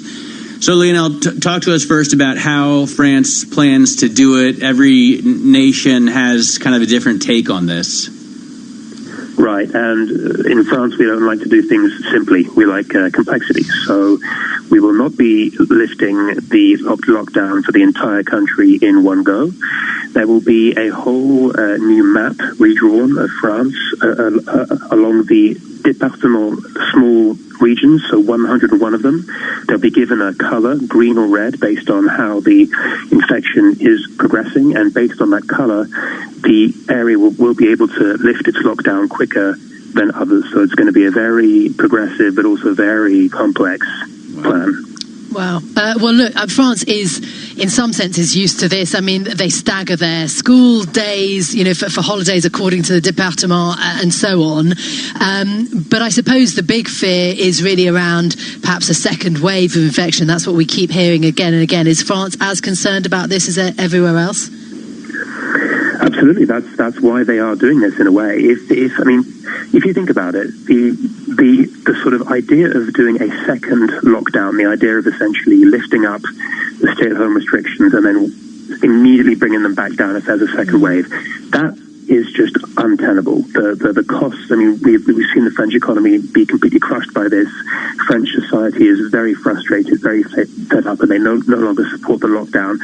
This, in my view, is a way to avoid that, because what you're doing is extending it to some areas, and then until you can legitimately say the infection has passed, you can lift it again. The idea, I think, really is to avoid exactly that, a kind of stop and go. So they're really dragging it out as much as they can. Are there other European systems, or are there any other systems for lift that you think, gradual lifting, that you think are better or have advantages? Well, we don't know really what's going to be the best. We know that a lot of it depends on the speed at which the country introduced the lockdown in the first place. We've seen Germany, Austria, Denmark have a much better handling of the virus itself, so they're able to kind of move quicker. But even they're worried about a second wave. Even countries that seem to do better first time around are seeing a resurgence in infections. So I actually think this could turn out to be a good, even if it seems unfair and very complex. It's almost the best of a bunch of bad options, I think. Yeah, absolutely. I'm interested, though, in the point that you make about whether there is popular support for this, because, at the beginning of the outbreak in China, in Wuhan, I was just staggered by the fact that it was a lockdown on 60 million people. Europe, it's all about getting the buy-in of citizens, but you say that's been rather lost now in France. Absolutely, and you make a good point. Europe is different cultures, but essentially, Europeans value their freedoms and their civil liberties. And the French have had this strange relationship now with the state. It's a very centralized, very state-heavy country. But the way the lockdown has been administered here has made the state even more central. We have to fill in a form every time we want to leave the house. We are not allowed to buy certain products because the government is worried that there'd be a rush on masks or a rush on nicotine patches because of a rumor that it might help protect against the virus. We can't jog in daytime. There's been a real infantilization of the French, and I think one advantage of this staggered lockdown is that there's more responsibility being put on the individual to behave in a responsible way as opposed to the state policing every movement in the street. Well, hopefully you can still find a way to be passionate, because the French are nothing if not passionate. Lionel, thank you so much for joining us. Lionel Laurent there from Bloomberg Opinion. You can get his column and the work of his colleagues as well by typing OPIN-GO on your Bloomberg terminal. When we come back, we're going to talk about Gilead. Can it help? This is Bloomberg. With a Bloomberg Business of Sports report, I'm Michael Barr. The head of the IOC's Coordination Commission for the Tokyo Olympics says he disagrees with suggestions by some scientists and doctors that a vaccine for COVID-19 is needed to hold the Games. John Coates, an International Olympic Committee member from Australia, says the advice we're getting from the World Health Organization says we should continue to plan for this date, and that is what we're doing, and that's not contingent on a vaccine. Coates says a vaccine would be nice, but we will just continue to be guided by the WHO and the Japanese health authorities. Boxing chiefs are considering using television studios to host fights behind closed doors because of the coronavirus. According to the Telegraph, fights would involve British boxers only with promoters. British Boxing Board of Control General Secretary Robert Smith hopes the government approves it. The fights could start as early as July. And that is a Bloomberg Business of Sports report. I'm Michael Barr. Are you interested in a challenging and exciting career? One where you can be part of solving complex challenges across industries and geographies? Bloomberg's ever-expanding technology, data, news, and media services foster innovation, empower clients, and offer nearly limitless opportunities for career growth. Visit Bloomberg.com/careers today to view our current job opportunities. Bloomberg LP is an equal opportunity employer. The address once again is Bloomberg.com/careers. Who's in your corner? At Commonwealth Financial Network, our advisors would say we are. Our supportive environment lets you be true to yourself, and our culture of accountability means we don't just ask for your feedback. We act on it, so we can deliver the solutions you need to enrich the lives of your clients and build the business you've always dreamed of. Ready to discover the difference? Call Commonwealth at 866-462-3638 or visit commonwealth.com. Member FINRA SIPC, a registered investment advisor. Elite advisory firms rely on... Thank you. Thank you. Thank you. Thank you. Thank you. Thanks to national lottery players, communities across the country are about to benefit from up to £300 million of funding. Thank you. Thank you. Money that will help support the most vulnerable in these exceptional times. Thank you. Thank you. Food banks, local health organisations, charities combating loneliness, and thousands of other community causes will all get vital resources. Thank you. Thank you. And it's all thanks to you, playing the National Lottery. Your numbers make amazing happen. This is an important message from the government. For now, we must all still stay at home. It can be hard, but it's making a difference. So please keep going for the ones you love. Keep going for every key worker on the front line as they keep going for us. Keep going because together we will beat the virus. To all of you making sacrifices every day, thank you. Stay home, protect the NHS, save lives. Right now at the Halifax, wherever we're working from, we're all working together to be there for you. So our customers can apply for a payment holiday on mortgages, loans or credit cards. And because we want you to stay home and stay safe, we've created step-by-step guides to help you set up online and mobile banking, which is safer and easier than you may think. But for those that really need to see us in person, we're keeping as many branches open as possible. So however you need us at the Halifax, we're here to help. Terms and conditions apply. For more information, go to halifax.co.uk. Get your MLB fix with these great podcasts on TuneIn. Fill your seventh inning stretch with the Ringer MLB Show. I just can't get over it. It's like, oh, well, Jeter Downs didn't realize he was a top. Like my dad is drinking the Kool-Aid on this. He's like, of course. Mookie was going to leave.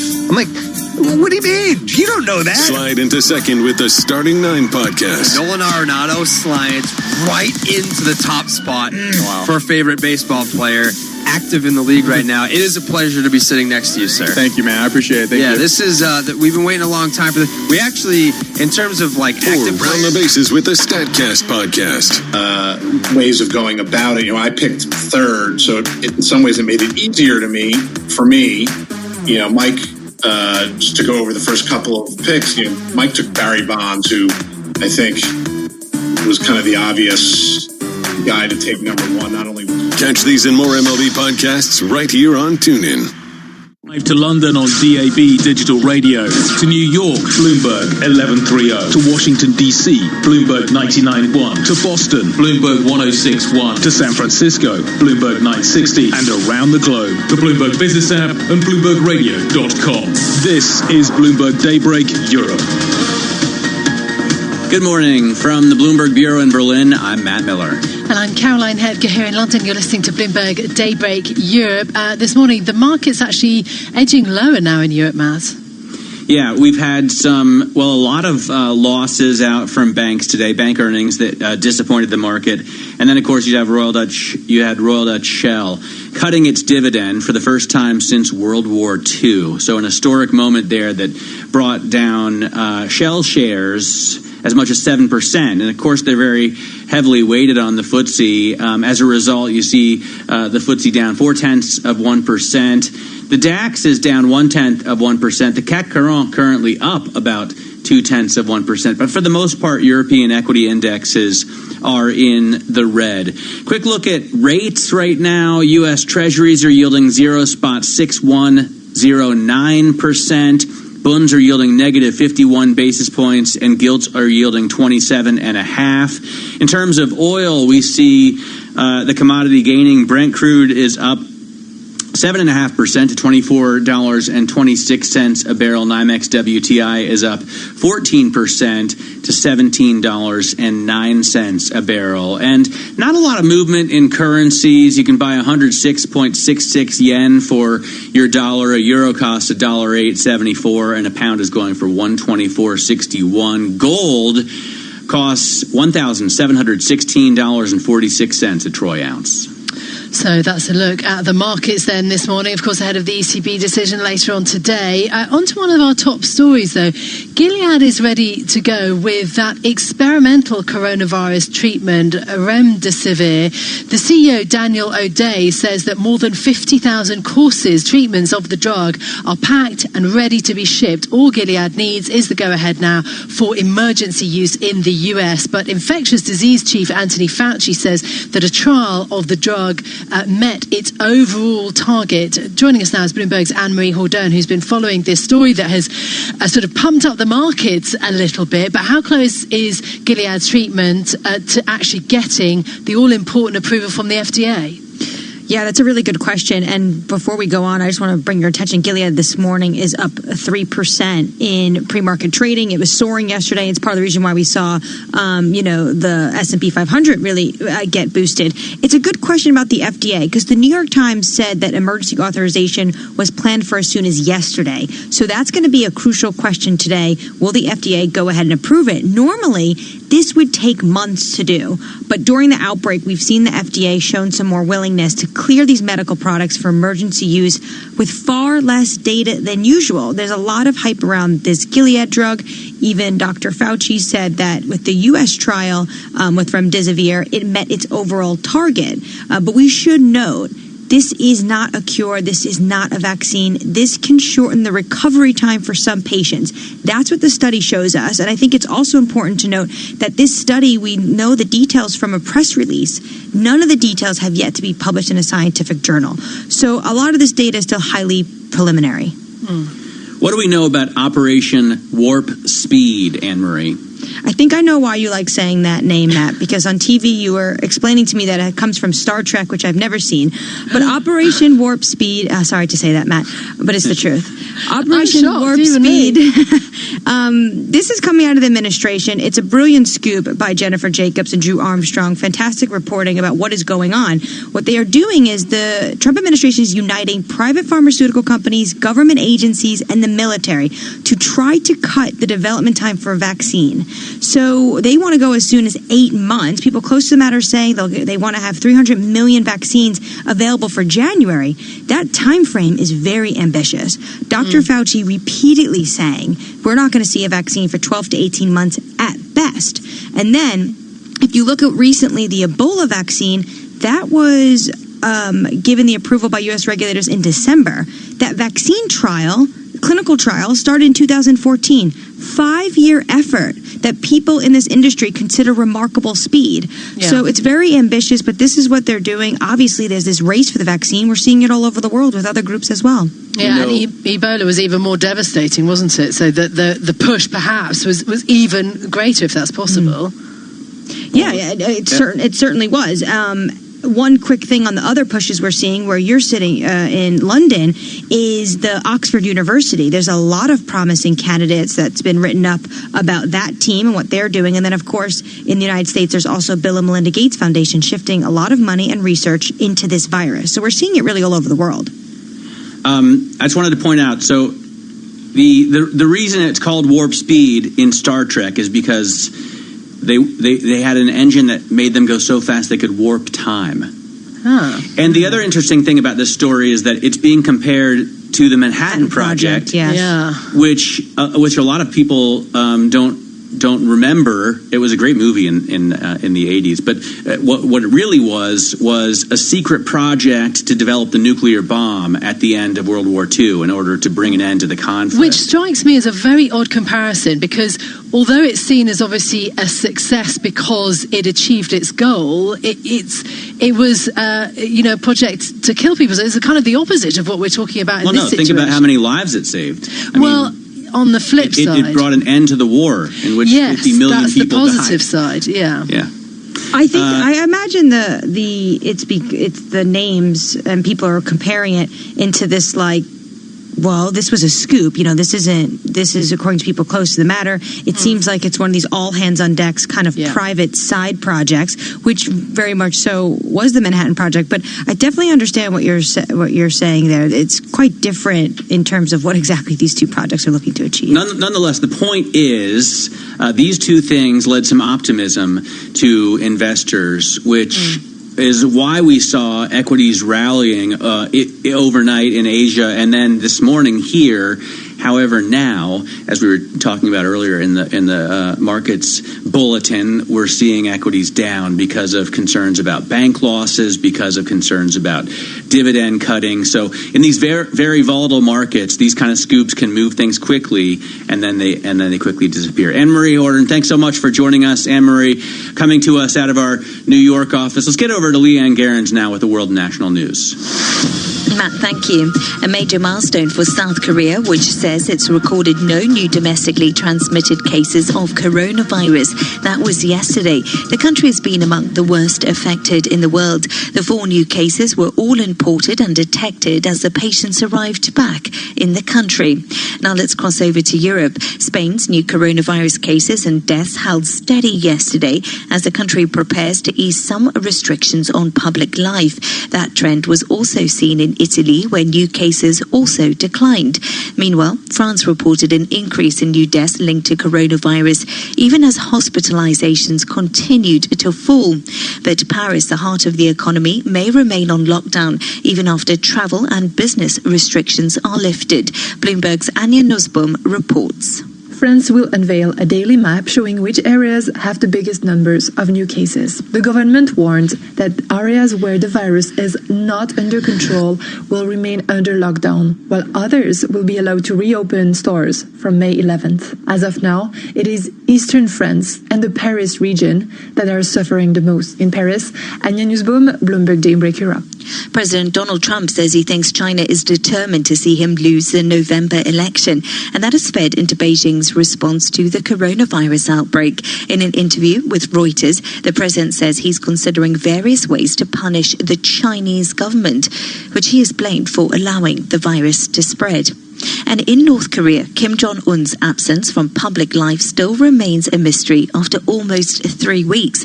A train resembling the one used by the leader was spotted again near a coastal compound, according to satellite imagery from 38 North. Bloomberg's John Hershkovich reports. The luxury train was seen Wednesday parked at a station near the eastern resort area of Wonsan, 38 North reported. It added it couldn't be considered as proof of Kim's presence. Speculation about the North Korean leader's whereabouts have focused on the area, where a South Korean foreign policy advisor said he's been staying alive and well since April 13th. In Tokyo, John Herskovitz, Bloomberg Daybreak Europe. Global news 24 hours a day, on air and on Quick Take by Bloomberg, powered by more than 2,700 journalists and analysts in more than 120 countries. I'm Leanne Gerrans. This is Bloomberg. Caroline. Great, thank you so much. Some sports news now. Here we are. Former England defender Trevor Cherry has died at the age of 72. The Yorkshireman, who began his career with hometown club Huddersfield, also played for and managed Bradford and won the First Division title with Leeds United. He earned 27 caps for his country and captained the national side in his penultimate appearance. Gary Neville admits he'd like to see Premier League clubs make better contributions to the EFL in order to help cash flow issues further down the football pyramid. The Salford City co-owner also wants the government to provide a temporary economic package so a balanced decision can be made on when the game should restart. The chief executive of the SPFL says the governing body has nothing to hide. It's after Rangers succeeded in calling an extraordinary general meeting to vote on whether there should be an external review into how the season was ended in Scotland in all divisions below the Premiership. That was the sport. This is Bloomberg. When you went car shopping, you meant business. You aced vehicle history searches and test drives. You out-salesmaned the salesman. Now you've got your wheels. If you manage that, you can get your retirement plan on track. Visiting aceyourretirement.org can help. With 401k tips and smart saving strategies, you'll have the info you need to get more for your future. Go to aceyourretirement.org, because when it comes to speeding past financial challenges, you're an ace. Brought to you by AARP and the Ad Council. More than just a game, baseball is big business. For the chief revenue officer of the New York Mets, this means overseeing complex operations, key financial drivers, and interpreting data to make critical decisions every day. How is your business managing complexity? Cohn Resnick can help you improve performance through an integrated business planning strategy that optimizes your data, streamlines processes, and keeps you ahead of the competition. Explore more at cohnresnick.com/MLB. Cohn Resnick, Advisory Assurance Tax. Transform your game. Hey, y'all, Jeff Foxworthy here. Now, if you've ever found yourself repeating the same thing over and over for 75 years, you might be Smokey Bear. Only you can prevent wildfires. That's why I'm filling in for Smokey to switch things up, because there's a lot more to say. And I should know because my grandfather was a firefighter. And one of the things he taught me is that the people that love the outdoors the most are often the ones accidentally starting wildfires, which means always BYOB. No, bring your own bucket to the campfire. And be extra careful with things like burning yard trimmings. Don't just walk away, or chances are you might be starting a wildfire. So for the love of the outdoors, go to SmokeyBear.com to learn more about wildfire prevention. Brought to you by the U.S. Forest Service, your state forester, and the Ad Council. 25 years ago, NJI... The loungewear essentials that ease you into your comfort zone. The Fitbit that helps you step up your fitness goals. The yoga mat that turns your lounge into a studio. With a choice of ways to pay, you can enjoy being the best possible you. You can say yes when it matters most at very.co.uk. Goods and services provided by Shop Direct Home Shopping Limited. Credit provided by Shop Direct Finance Company Limited. Typical Danny. Last night I was chilling with my girls, but ended up spilling my Chardonnay all over my fave lilac nightie when I saw the photo I was tagged in. State of my fake tan. But no worries. Just one wash and my clothes will smell perf with Surf. Surf gives you long-lasting fragrance with natural essential oils. Find your fragrance in Surf's laundry range. We're all having to get used to the new normal, and at Birkbeck University, we're experts at being adaptable. As London's evening university, we've been flexing around the lives of busy commuters for nearly 200 years. And you can find everything you need to secure your place for autumn online. From expert advice to virtual tours, a live chat with our students and course applications. Make the new normal studying for the career that you really want. Search Birkbeck and it's new problem solved. Fraudsters are getting more and more sophisticated, and it's easier than ever for people to make an honest mistake and lose their money. TSB doesn't think anyone should have to pay for being an innocent victim of fraud on their account. That's why they've created the TSB Fraud Refund Guarantee. To find out more, visit tsb.co.uk. Terms and conditions apply. This is an important message from the government. For now, we must all still stay at home. It can be hard, but it's making a difference. So please keep going for the ones you love. Keep going for every key worker on the front line as they keep going for us. Keep going because together we will beat the virus. To all of you making sacrifices every day, thank you. Stay home, protect the NHS, save lives. This is a quick message from QuickFit. That sound probably sums up how you're feeling about things right now. But QuickFit won't let it slow you down. If you have an essential journey to make, but your car needs new tires, don't worry. QuickFit's mobile fitting service will come to you. Keeping you safe on the road has never been more important. Visit quickfit.com to choose your tires and book your slot. QuickFit, still there when you need them. Get your MLB fix with these great podcasts on TuneIn. Fill your seventh inning stretch with the Ringer MLB Show. I just can't get over it. It's like, oh, well, Jeter Downs didn't realize he was a top. Like, my dad is drinking the Kool-Aid on this. He's like, of course. Mookie was going to leave.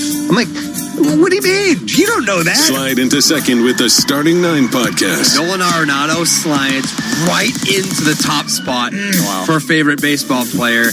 Active in the league right now. It is a pleasure to be sitting next to you, sir. Thank you, man. I appreciate it. Thank you. This is we've been waiting a long time for this. We actually, in terms of like active Round the Bases with the Statcast podcast. Ways of going about it. I picked third, so in some ways it made it easier for me. Mike, just to go over the first couple of picks. Mike took Barry Bonds, who I think was kind of the obvious guy to take number one. Not only catch these and more MLB podcasts right here on TuneIn. Headlines and breaking news 24 hours a day at Bloomberg.com, the Bloomberg Business app, and on QuickTake by Bloomberg. This is a Bloomberg Business Flash. Good morning from Bloomberg's World Headquarters in New York City. I'm Amber Hodder with this Bloomberg Radio Business Flash. U.S. futures this morning are pointing to the green with a firmer start in New York. One thing for that we saw yesterday, of course, was Gilead really fueling the S&P 500. That stock is up nearly 3% this morning in pre-market trading. They say they're ready to ship out vials for a drug that can help with recovery time. Whether or not they get FDA approval, that'll be a big story today. But in Europe, we have a stock 600, the benchmark index, down in the red. One of the biggest decliners this morning is Shell, down 5%. It's because they cut the dividend for the first time since World War II. It really shows just how bad the oil crisis has been on the entire industry. Speaking of oil, this morning, though, the oil price on WTI and Brent stabilizing. WTI $17 a barrel, Brent $24 a barrel. We are seeing some traffic pickup in China, as well as the EIA was saying that stockpiles for gasoline were down, something everyone was watching yesterday in the market. And in currencies today, no massive moves. Euro dollar $1.08, and the British pound will 124 against the U.S. dollar and 106 the U.S. dollar versus the yen. And then quick check on your bond market. No massive moves either. We are trading 0.61% on the 10-year yield, and that's a Bloomberg Radio Business Flash. Now here's Leanne Garrins. It's more on what's going on around the world. Good morning, Leanne. Good morning, Anne-Marie, and thank you so much.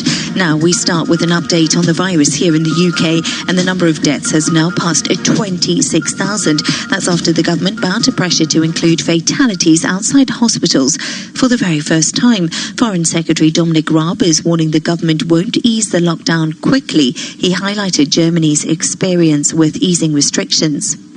Now, the number of new coronavirus cases in Germany rose for the first time in 3 days as the government weighs further steps to return the country back to normal. Chancellor Angela Merkel is scheduled to consult with the state premiers today on whether to further relax restrictions on public life. And finally, Tiger King has lost its crown as the world's top documentary. It has been overtaken by ESPN's The Last Dance. That is Michael Jordan's documentary. This is a boost for the cable giant at a time when the coronavirus pandemic has shut down live sports and slashed viewer numbers. Global news 24 hours a day on air and on Quick Take by Bloomberg, powered by more than 2,700 journalists and analysts in more than 120 countries. I'm Leanne Gerrans. This is Bloomberg. Matt. So, I don't like to editorialize, but I thought the Tiger King was pretty bad. But you said that you really enjoyed it. You told me to watch it, and it was something great, and you needed a cold shower afterwards. No. You did. It was horrendous, but The Last Dance is very good. I mean, I grew up with Michael Jordan, not literally. I don't know him personally, but I grew up, watching him, loving watching him play from the days at Carolina until the Bulls, even when he was playing baseball. This it was sadly means nothing to me, Matt. But look, are you kidding? Yeah, I know. Michael Jordan and basketball is something perhaps missed here in the UK. But where I without grew a up, basketball court anywhere in sight. Where I grew up, they used to have paintings of him on the walls, actually, him and Tupac. But I never watched him play. But I'm going to watch this documentary because I've heard good things. I mean, you can tell people now where you grew up because that's relevant to the Well, I actually grew up in Botswana, Silibi Pikwi. There I'll you give go. it a shout out. Leanne Gerrans from Botswana, thanks very much. Let's get over to Nathan Hager right now from Washington, D.C., getting ready for daybreak this morning. Nathan, I assume you recognize the genius of Michael Jordan. Oh, there was almost no one like him. I grew up with Magic Johnson and Kareem Abdul-Jabbar, but that's a whole other story. We're getting reaction this morning to the Federal Reserve and the latest comments from Chairman Jay Powell. A pretty somber assessment there at the video conference of the long-term damage we could get from coronavirus. And we could see even more of that today when the latest jobless claims figures come out. While the White House is leaning into optimism, racing to come up with a vaccine and embracing results from Gilead's drug. We're going to have more on all that for you this morning. We're also getting ready to wrap up tech earnings here. They have been the bright spot, certainly, during this pandemic. Dan Ives of Wedbush Securities will be on with us. We'll see if he thinks Amazon and Apple will continue the trend. All coming up with me and Karen Moscow this morning on Bloomberg Daybreak. Hope you'll join us for it. Matt. Yeah, very much looking forward to it. Karen Moscow coming up with Nathan Hager on Daybreak. As he said, if you're listening on Sirius XM channel 119, that's what you'll hear. If you're tuned in on London DAB digital radio in the city, you'll hear Bloomberg Surveillance. All right, let's talk a bit about then the ECB ahead because the Fed Chair Jerome Powell yesterday issued a really stark warning about the impact of coronavirus on America, saying that it could leave permanent scars. And he urged lawmakers there to come up with further measures to support growth. Of course, the ECB today, policymakers are expected to widen the bank's pandemic emergency purchase program. But actually, Christine Lagarde already has been warning lawmakers across Europe, leaders across Europe, that perhaps they have acted too little too late. For more on this, let's bring in Bloomberg opinion columnist Marcus Ashworth. Christine Lagarde has sort of sounded very similar warnings in a way to Jay Powell, but do you think that they're going to take much more action than the Fed did today? It's a tricky one, actually. I've sort of called in a couple of my articles they will increase by 500 billion the pandemic response. They're going to maybe up a bunch of other wonky stuff I can go into if you want to, but I think your listeners probably have better things to do, like watch The Last Dance. But certainly I think she's going to jaw a bit like Powell did last night, and I suspect with the drop in yields in Italy, they think they can get away with it by not doing anything more now. By their time, they almost certainly will. That's not their job anyway. Another 500 billion, but they may wait till a bit later in the summer because they're going to have to continue to into 2021. They bought time. 2020 is saved by the ECB for Europe. The question is whether they need to plan for 2021 and when they do that. I like to tease, obviously, Christine Lagarde for that slip up. It's unfair because she has one of the most difficult jobs in the world, and I would fare far worse than she. Actually, what do you think? What do you think about the job that the ECB has done thus far in this? You've got to give it to them. Truly unprecedented crisis, Marcus. You've got Jay Powell, who's a lawyer in the Fed. You've got Christine Lagarde, a lawyer in the ECB, and really she's a politician.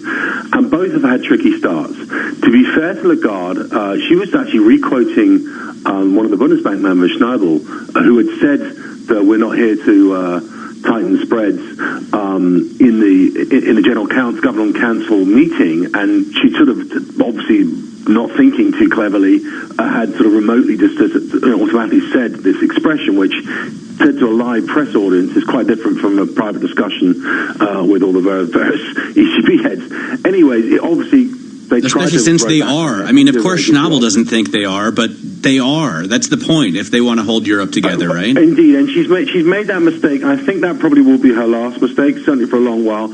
I mean, look, she now knows what she can't say, and she knew it probably beforehand, but it's been a very difficult lesson. Since then, it's been an exemplary response. I mean, probably the Fed's done better than anyone. The Bank of England started off out of the traps the best. The Fed's overtaken them. The ECB has certainly kept pace as far as the race to provide central bank stimulus. They've done a fantastic job, and thank the Lord they have, because the response for politicians and fiscal has been very half-hearted and at best. So, yeah, I think she's done an excellent job. Or the ECB is probably fair to say, the very clever people they have there coming up with all different things. And I expect to see quite a bit more of that wonky stuff today. We may not get the splashy stuff. I don't think there'll be a rate cut, as some are calling for. They probably won't increase the size of the overall package, but they may do some tinkering with TLTROs, with tiering ratios and that sort of stuff. Okay, so what about, I mean, in terms of the kind of keeping spreads under control, where do you see Italian BTPs at the minute? I mean, it's not just the fact that GDP is tanking across Europe, it's also that Italy doesn't have a particularly strong government, and Prime Minister Conte has kind of kept things together, but as we unwind the lockdown, there's a risk there too that his kind of fractious party members of all different stripes might start to get, might start to get more difficult. They might become revolting. Yes. I think that as far as Italy's government's concerned, they know that if they do fall from power, they're never coming back again. And the five-star in particular. So they'll only push it so far, because otherwise Salvini and the League and others will come in, and that'll be a very different complexion on how Italy is treated and treats the EU.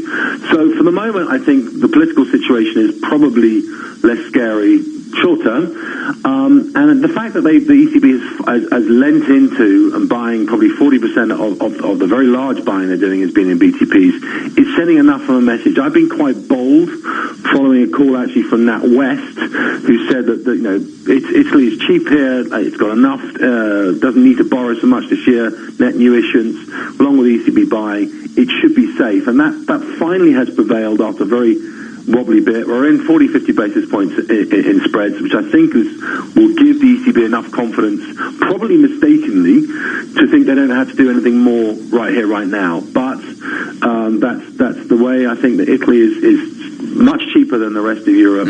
If it can hold together and balance through, then it is the best buy in Europe. All right, Marcus, thanks so much for joining us. I was just going to tell listeners, for more from Marcus Ashworth and his colleagues, just type OPIN GO on your Bloomberg terminal. It's a great resource. This is Bloomberg. IBKR is the garden tools that mean you can grow your own. The fire pit that turns tea time into an alfresco dining experience. The paddling pool that turns your back garden into a water park. With a choice of ways to pay, you can make the most of family time. You can say yes when it matters most at very.co.uk Goods and services provided by Shop Direct Home Shopping Limited. Credit provided. Subject to status by Shop Direct Finance Company Limited. 18 plus. It's Tune In Sports on this day. On this day, 1939, Lou Gehrig sets an MLB record playing his 2,130th consecutive and final game for the New York Yankees. For the past 2 weeks, you've been reading about a bad brag. Today, I consider myself the luckiest man on the face of the earth. To listen to conversations breaking down the moments just like this, search sports to be part of the discussion on TuneIn. Hit the court anytime with these great NBA podcasts on TuneIn. The Low Post. So what struck you about this potential head-to-head matchup? What did we learn now that Zion is involved and LeBron and Zion go at each other for the first time? You know, I still think both teams have to figure out kind of who are their guys when they get into a fourth quarter. I think you saw that with both of them. There were some kind of odd moments. The Ringer NBA Show. Who ended up winning the thing. But I did watch for a little bit when it was DeAndre Ayton and Zach LaVine playing against each other. And then as the days went on, Devin Booker was involved. Tell me you've seen the clip of Devin Booker when I can't remember who his opponent was. Or the Haber Show. At the end, it's because I worked in the NBA in the front office, and when I was 14 years old, my family moved back from Sudan to America. I jumped high school here in New York Find these and more NBA podcasts right here on TuneIn. Today at Bloomberg.com, on the Bloomberg Business app, and on Quick Take by Bloomberg. This is Bloomberg Radio. Live from the Bloomberg Interactive Brokers Studios, this is Bloomberg Daybreak for Thursday, April 30th, 2020. Coming up this hour. Concerns over permanent economic damage from COVID-19 weigh on the Fed. The White House prepares an ambitious plan to fast-track a coronavirus vaccine. Treatment and vaccine efforts from Gilead and AstraZeneca gather steam. And Tesla CEO Elon Musk lashes out against stay-at-home orders. Governor Cuomo says New York State is ramping up COVID-19 testing, plus President Trump blames China's virus response on wanting him to lose in November. I'm Michael Barr. More ahead. I'm John Stashower in sports. Derek Jeter's induction to the Baseball Hall of Fame has been postponed. The Knicks are keeping general manager Scott Perry. That's all straight ahead on Bloomberg Daybreak. On Bloomberg 1130 New York, Bloomberg 99.1 Washington, D.C., Bloomberg 106.1 Boston, Bloomberg 960 San Francisco, Sirius XM 119, and around the world on BloombergRadio.com and via the Bloomberg Business app. Good morning, I'm Karen Moscow. And I'm Nathan Hager. Bloomberg Daybreak, brought to you by BNY Mellon's Pershing. Learn why the world's most sophisticated advisory firms and broker-dealers rely on Pershing to help them improve profitability, create efficiency, attract talent, and manage risk at Pershing.com. And it is 5:01 on Wall Street. Futures this morning are little changed higher. We check the markets every 15 minutes throughout the trading day on Bloomberg. S&P futures up 1 point. Dow futures up 28. NASDAQ futures up 37. The DAX in Germany is down 0.4%. CAC in Paris down 0.3%. And the CAC in Paris is little change. The FTSE 100 is down 0.3%. 10-year Treasury up 4.30, yield 0.61%. The yield on the 2-year 0.19%. NYMEX crude oil is up almost 15%, up $2.20 at $17.24 a barrel. COMEX gold is up 1%, up $17.60 at $17.30.60 an ounce. The euro 1.0885 against the dollar. The yen is at 106.67. Nathan. Hey, Karen, we begin with the economic fallout from COVID-19 and the assessment from the Federal Reserve. Chairman Jerome Powell worries the outbreak could leave permanent scars on the economy. He says all policymakers need to do more to limit the damage. This is the time to use the great fiscal power of the United States to do what we can to support the economy and try to get through this with as little damage to the longer run productive capacity of the economy as possible. Powell suggests the battle against the virus is far from over, even if a recovery gets underway in the third quarter. He's urging Congress to enact more stimulus. It may well be the case that the economy will need more support from all of us if the recovery is to be a robust one. The Fed left rates near zero and says it will soon publish details on its $600 billion Main Street lending program. So far, it's enacted 4 emergency financing facilities with 5 more in the works. So with the current level of support from the Fed, how long will it take the economy to recover? Guggenheim Chief Investment Officer Scott Minerd says 4 years. The likelihood that the Fed is going to be able to jumpstart this economy with extremely accommodative monetary policy, I think, is remote. This is not the kind of stuff that monetary policy was designed to do. Minerd sees unemployment climbing as high as 30% before ending the year around 10%. And we get more data on unemployment with today's figures on weekly jobless claims. Here with details is Bloomberg economics correspondent Michael McKee. The flood of initial claims is likely beginning to recede, but the water is still high. Many states are still reporting a backlog of applications that haven't been processed yet.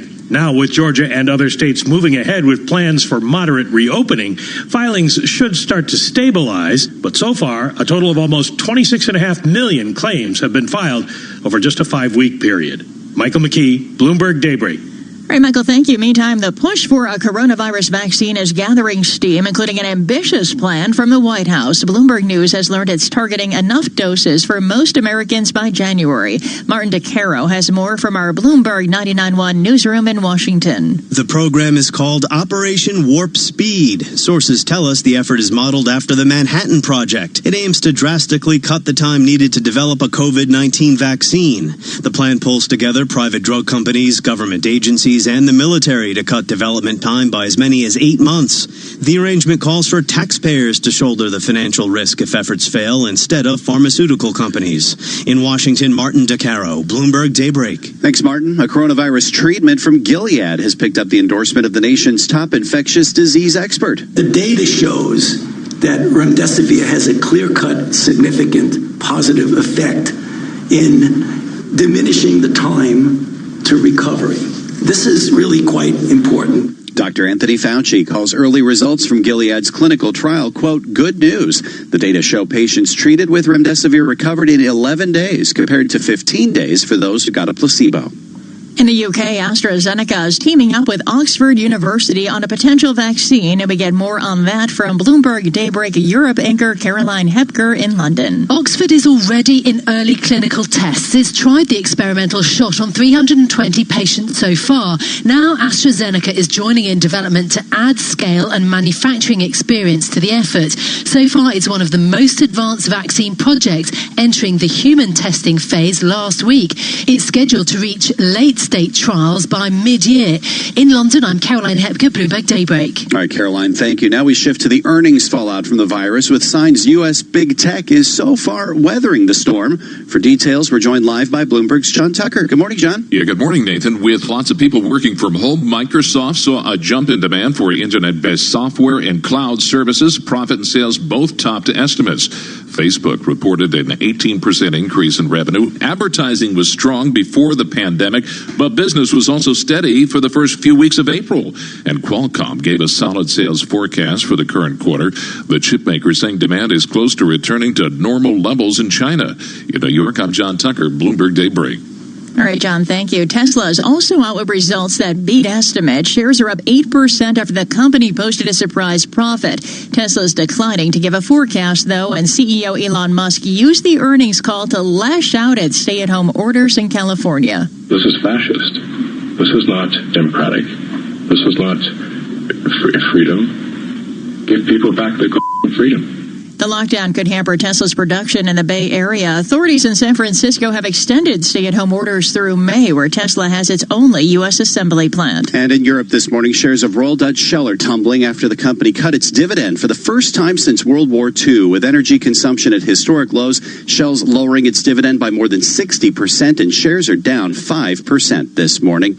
You're listening to Bloomberg Daybreak. And it is 5:07 on Wall Street. That's time to check the latest world and national news headlines. For that, we turn to Michael Barr. Good morning, Michael. Good morning, Nathan. New York Governor Andrew Cuomo says his state is planning to ramp up testing more than they already have.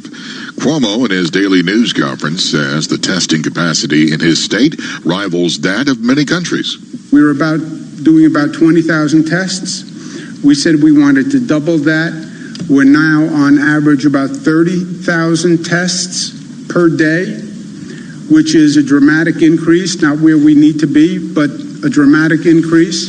Where we are now, you should know, is New York State is doing more than most countries are doing. Cuomo stressed the number of daily hospitalizations and daily deaths are still too high. MTA workers say homeless people sleeping on subway trains has become almost unmanageable due to the outbreak. New York City Mayor de Blasio authorized more transit cops and social workers to sweep the trains at night. Transit President Sarah Feinberg says this has always been a problem within the system. The reality is this is a city responsibility. So is our responsibility? No. We cannot let the workers of the MTA have to deal with this. New Jersey Governor Phil Murphy says he will reopen state and county parks and golf courses effective May 2nd. The governor said he made the decision based on data, science, and fact, and not because of protests from some residents and opposition from some lawmakers. Meanwhile, Murphy will meet with President Trump today at the White House.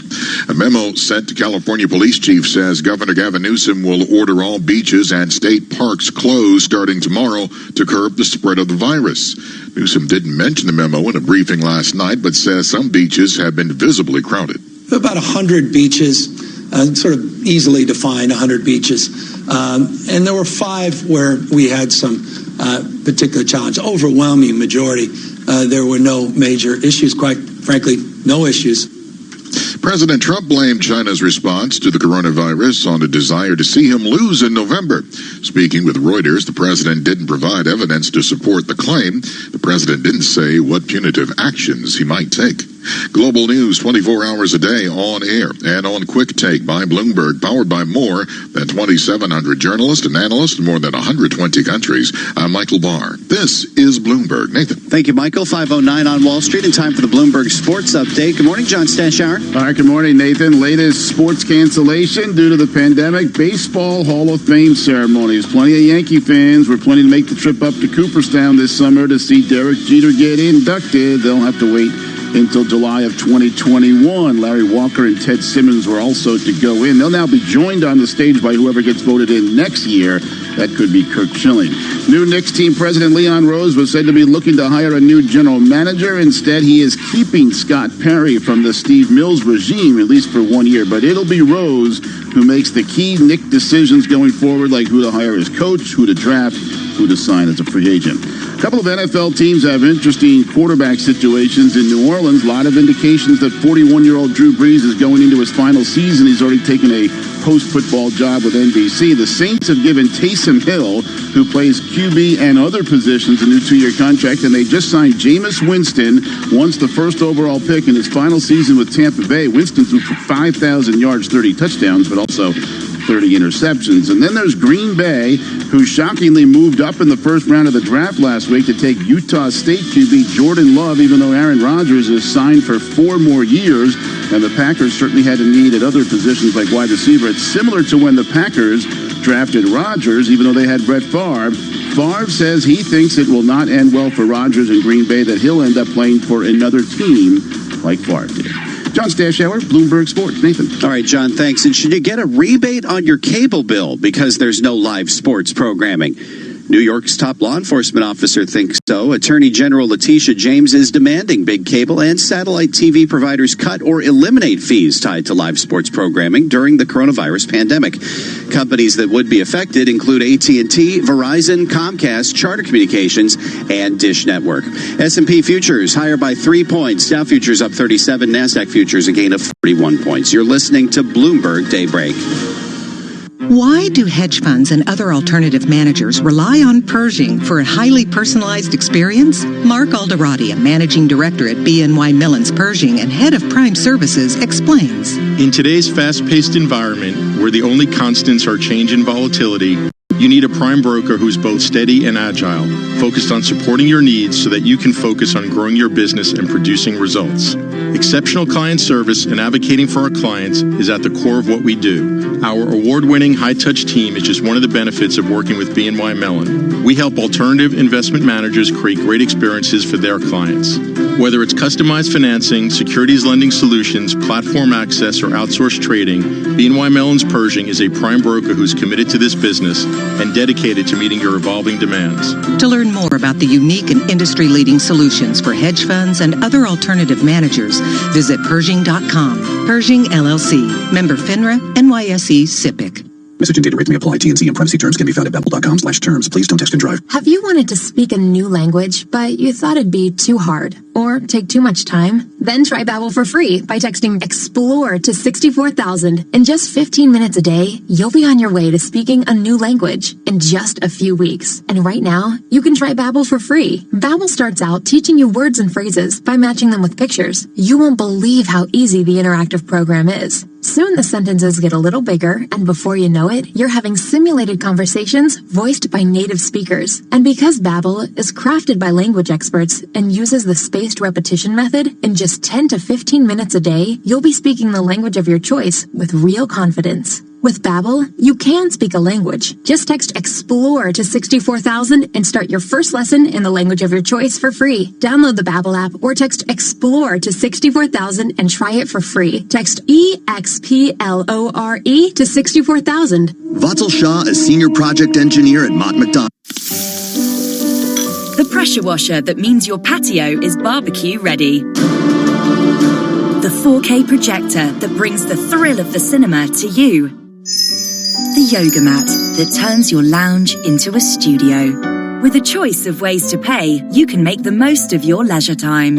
You can say yes when it matters most at very.co.uk. Goods and services provided by Shop Direct Home Shopping Limited. Credit provided by Shop Direct Finance Company Limited. Where will 2020 take you? Somewhere where people care about each other, about our planet, about creating a better world for everyone, and becoming the best versions of yourselves. Join a community of like-minded individuals at the University of Winchester. Make sure to accept your offer by the UCAS deadline and visit our website to find out more. See the bigger picture. Be the difference. Go to winchester.ac.uk. While most of us are looking out for each other at this time, sadly, fraudsters are trying to take advantage of the situation.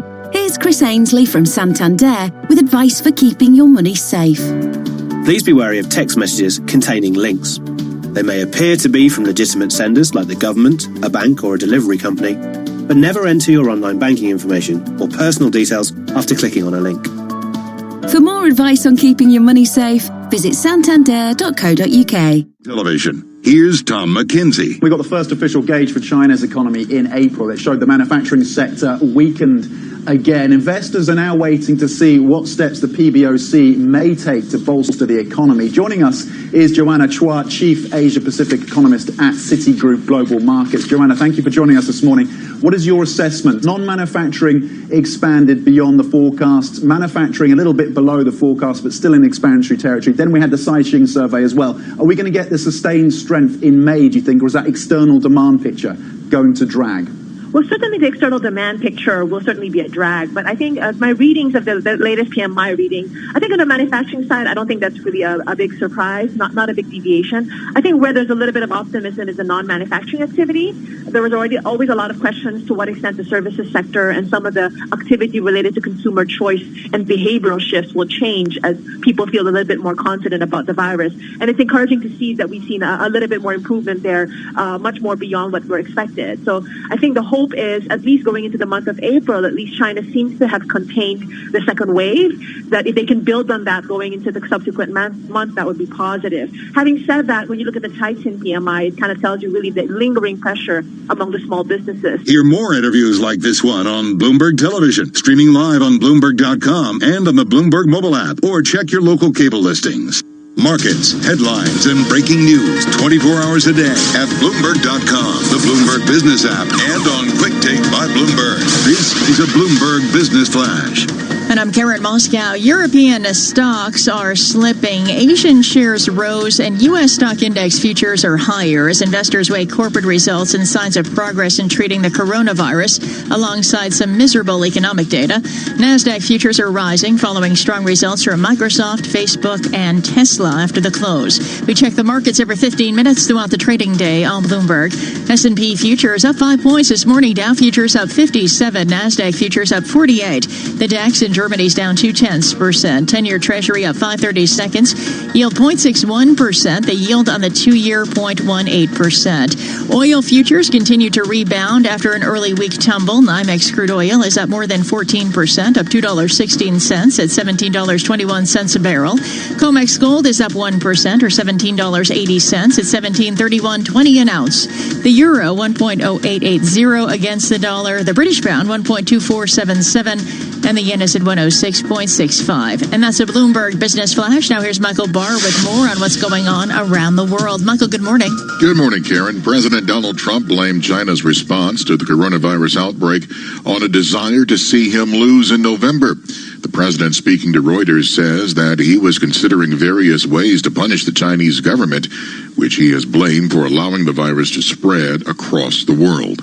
The city of Los Angeles will offer free coronavirus testing to all residents, regardless of whether they have symptoms. L.A. is the first major city to do so in the U.S. Meanwhile, New York Governor Andrew Cuomo says the state is ramping up testing.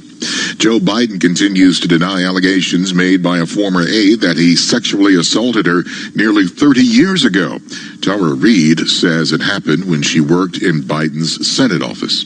Global news 24 hours a day on air and on Quick Take by Bloomberg, powered by more than 2,700 journalists and analysts in more than 120 countries. I'm Michael Barr. This is Bloomberg. Nathan. Thank you, Michael. It is 5:19 on Wall Street and live from the Bloomberg Interactive Brokers Studios. This is Bloomberg Daybreak. Pleased to be joined now by Charles Dumas, Chief Economist at TS Lombard. Thanks so much for being with us this morning, Charles. I'm curious to get your reaction to what we heard from Fed Chairman Powell yesterday. A pretty sober assessment of the potential permanent scars that the coronavirus could leave to the economy in this country. Yeah, well, I mean, 4.8% down in the first quarter, and we're estimating 25% annual rate of decline in the second quarter, and other people are about the same place. So this is a major recession, and probably worse than the financial crisis, at least in terms of the degree of recession. And of course, that does lead to a lot of damage. And one of the things that's going on that's going to endure is this very low interest rate situation, which has caused a lot of borrowing for artificial reasons and a lot of misallocation of capital. And that's something which is going to last for years. But of course, in the short term, people are mostly interested in what's happening in terms of recovery. And I suppose we have to say that there probably will be a slight improvement in Q3 GDP, but it's going to be way, way below the end of last year. So in level terms, it's still a recession. So are you raising concern then that we could see asset bubbles in the short term? Well, I think we are seeing an asset bubble in the short term. I mean, at the moment, a whole lot of people are sort of running around the place bidding up stock prices on the basis, as far as one could see, of some kind of moderately effective drug cure for people who are actually admitted to hospital with this disease. And of course, that's a very welcome thing to see. But the fact is that the recession is going to hammer earnings in big time. And so it's only if you think the recession is going to be replaced by a huge bounce back that you can possibly justify the kind of pricing we're seeing in the markets. And I don't think you can expect a huge bounce back. I think you can expect a small surge of spending as lockdowns get lifted, and then probably a relapse, because people are going to continue to be reluctant to spend money and go to sports events, to theaters, to restaurants and bars, where they may catch this disease, which in terms of the death rate, is unaffected by this new drug. Chairman Powell is pretty explicitly calling for further fiscal stimulus. What would you like to see on the fiscal side? And do you think that the rounds of support that we've seen from Congress have been working so far? Well, I think the fiscal side so far has largely consisted of shoring up people's credit, and particularly small firms' credit. And that's desirable, and Powell is putting his finger on the right spot when he says that it's important that the mom and pop firms are not disadvantaged in all of this. In other words, it's not just a sort of a big firms ramp, but it doesn't alter the fact that giving people tax breaks and help of that kind is just therapeutic. It doesn't actually cause spending and therefore recovery. And the only way fiscal policy will actually cause recovery is if people move on to the government actually spending money, which probably means something in the line of infrastructure spending. Only about 30 seconds left. Are you able to game out at this point how long the Fed keeps interest rates near zero? I think certainly for the rest of this year, I would expect interest rates to remain extremely low, and it's quite possible, of course, that this very negative rates of interest in other parts of the world may cause capital inflows to the United States, which will hold down interest rates well into next year. All right, thanks so much for your insights this morning, Charles. Good talking with you this morning. Charles Dumas is chief economist at T.S. Lombard. We get the latest potential evidence of the economic damage from COVID-19 at 8:30 a.m. Wall Street time, when we get the latest round of weekly unemployment claims out of the Labor Department. Ahead of that, futures on Wall Street are pretty quiet, but in the green this morning. S&P futures up 3 points. Dow futures and NASDAQ futures both higher by 44 points. The 10-year is up 5/32 with the yield at 0.61%. The 2-year yield 0.18%. You're listening to Bloomberg Daybreak. This is a Bloomberg Money Minute.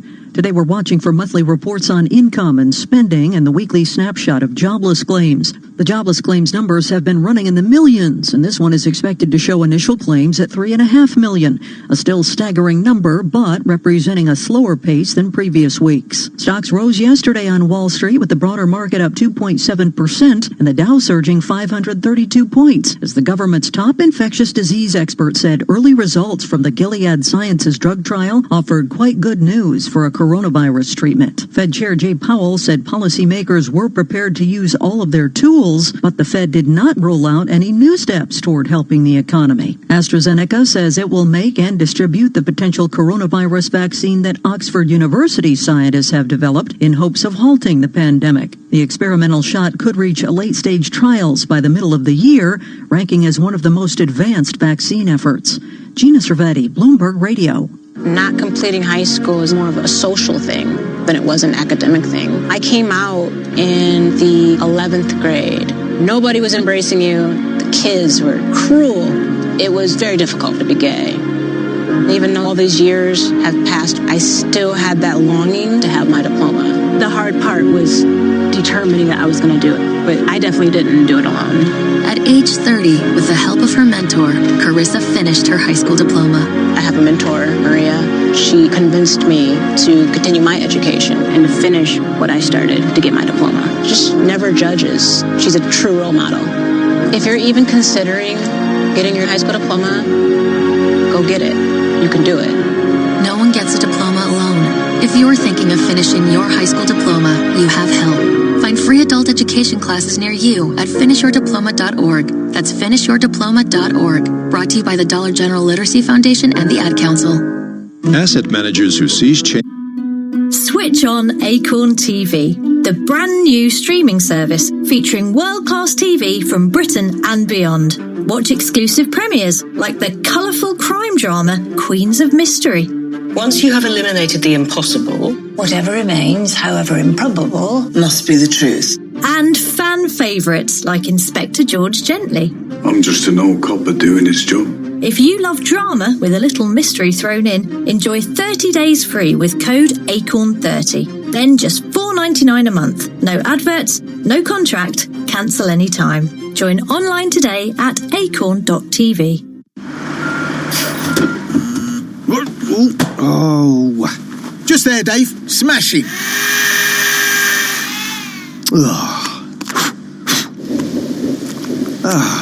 Great. Really? Night, Steve. Yeah, see ya. Built to take the big knocks. Samsung rugged devices. Easy to use, hard to break. Explore the Samsung Rugged range. Dating can be tricky, especially when you can't meet face to face. So it's time to get creative with the easy way to replace physical dates, Video Call from Bumble, the dating app where women make the first move. Here's Anna Williamson and Tom Reed-Wilson with some tips on connecting online. It's a bit harder to flirt with limited body language, but nothing beats a smile and some eye contact to show them you're interested. And have an activity plan for your date. This will help break the ice. Download Bumble today. While most of us are looking out for each other at this time, sadly, fraudsters are trying to take advantage of the situation. Here's Chris Ainsley from Santander with advice for keeping your money safe. Please be wary of people you've met online who claim to be stranded abroad and urgently need money. Always take time to think before you act, and if you think you're the victim of fraud, then let your bank know right away. For more advice on keeping your money safe, visit santander.co.uk. This is an important message from the government. For now, we must all still stay at home. It can be hard, but it's making a difference. So please keep going for the ones you love. Keep going for every key worker on the front line as they keep going for us. Keep going because together we will beat the virus. To all of you making sacrifices every day, thank you. Stay home, protect the NHS, save lives. From the Bloomberg Interactive Broker Studio in New York, Bloomberg 1130 to Washington, D.C., Bloomberg 99.1 to Boston, Bloomberg 106.1 to San Francisco, Bloomberg 960 to the country, Sirius XM Channel 119, and around the globe, the Bloomberg Business app and BloombergRadio.com. This is Bloomberg Daybreak. It's 5:30 on Wall Street. Good morning, I'm Nathan Hager. And I'm Karen Moscow. We're just about 4 hours away from the opening of U.S. trading. Let's get you up to date on the news you need to know at this hour. U.S. futures are higher this morning after a strong round of tech earnings and a grim assessment from the Federal Reserve. We begin with the Fed and Chairman Jerome Powell worrying the coronavirus outbreak could leave permanent scars on the economy. He's urging Congress for more stimulus. It may well be the case that the economy will need more support from all of us if the recovery is to be a robust one.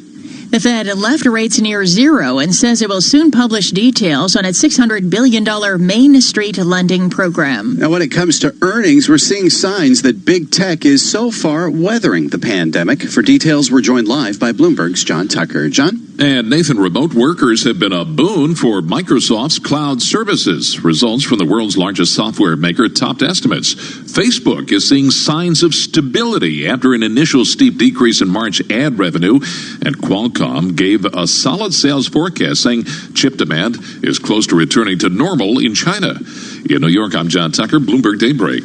All right, John, thank you. Tesla also out with results that beat estimates. Shares up 7.5% after posting a surprise profit.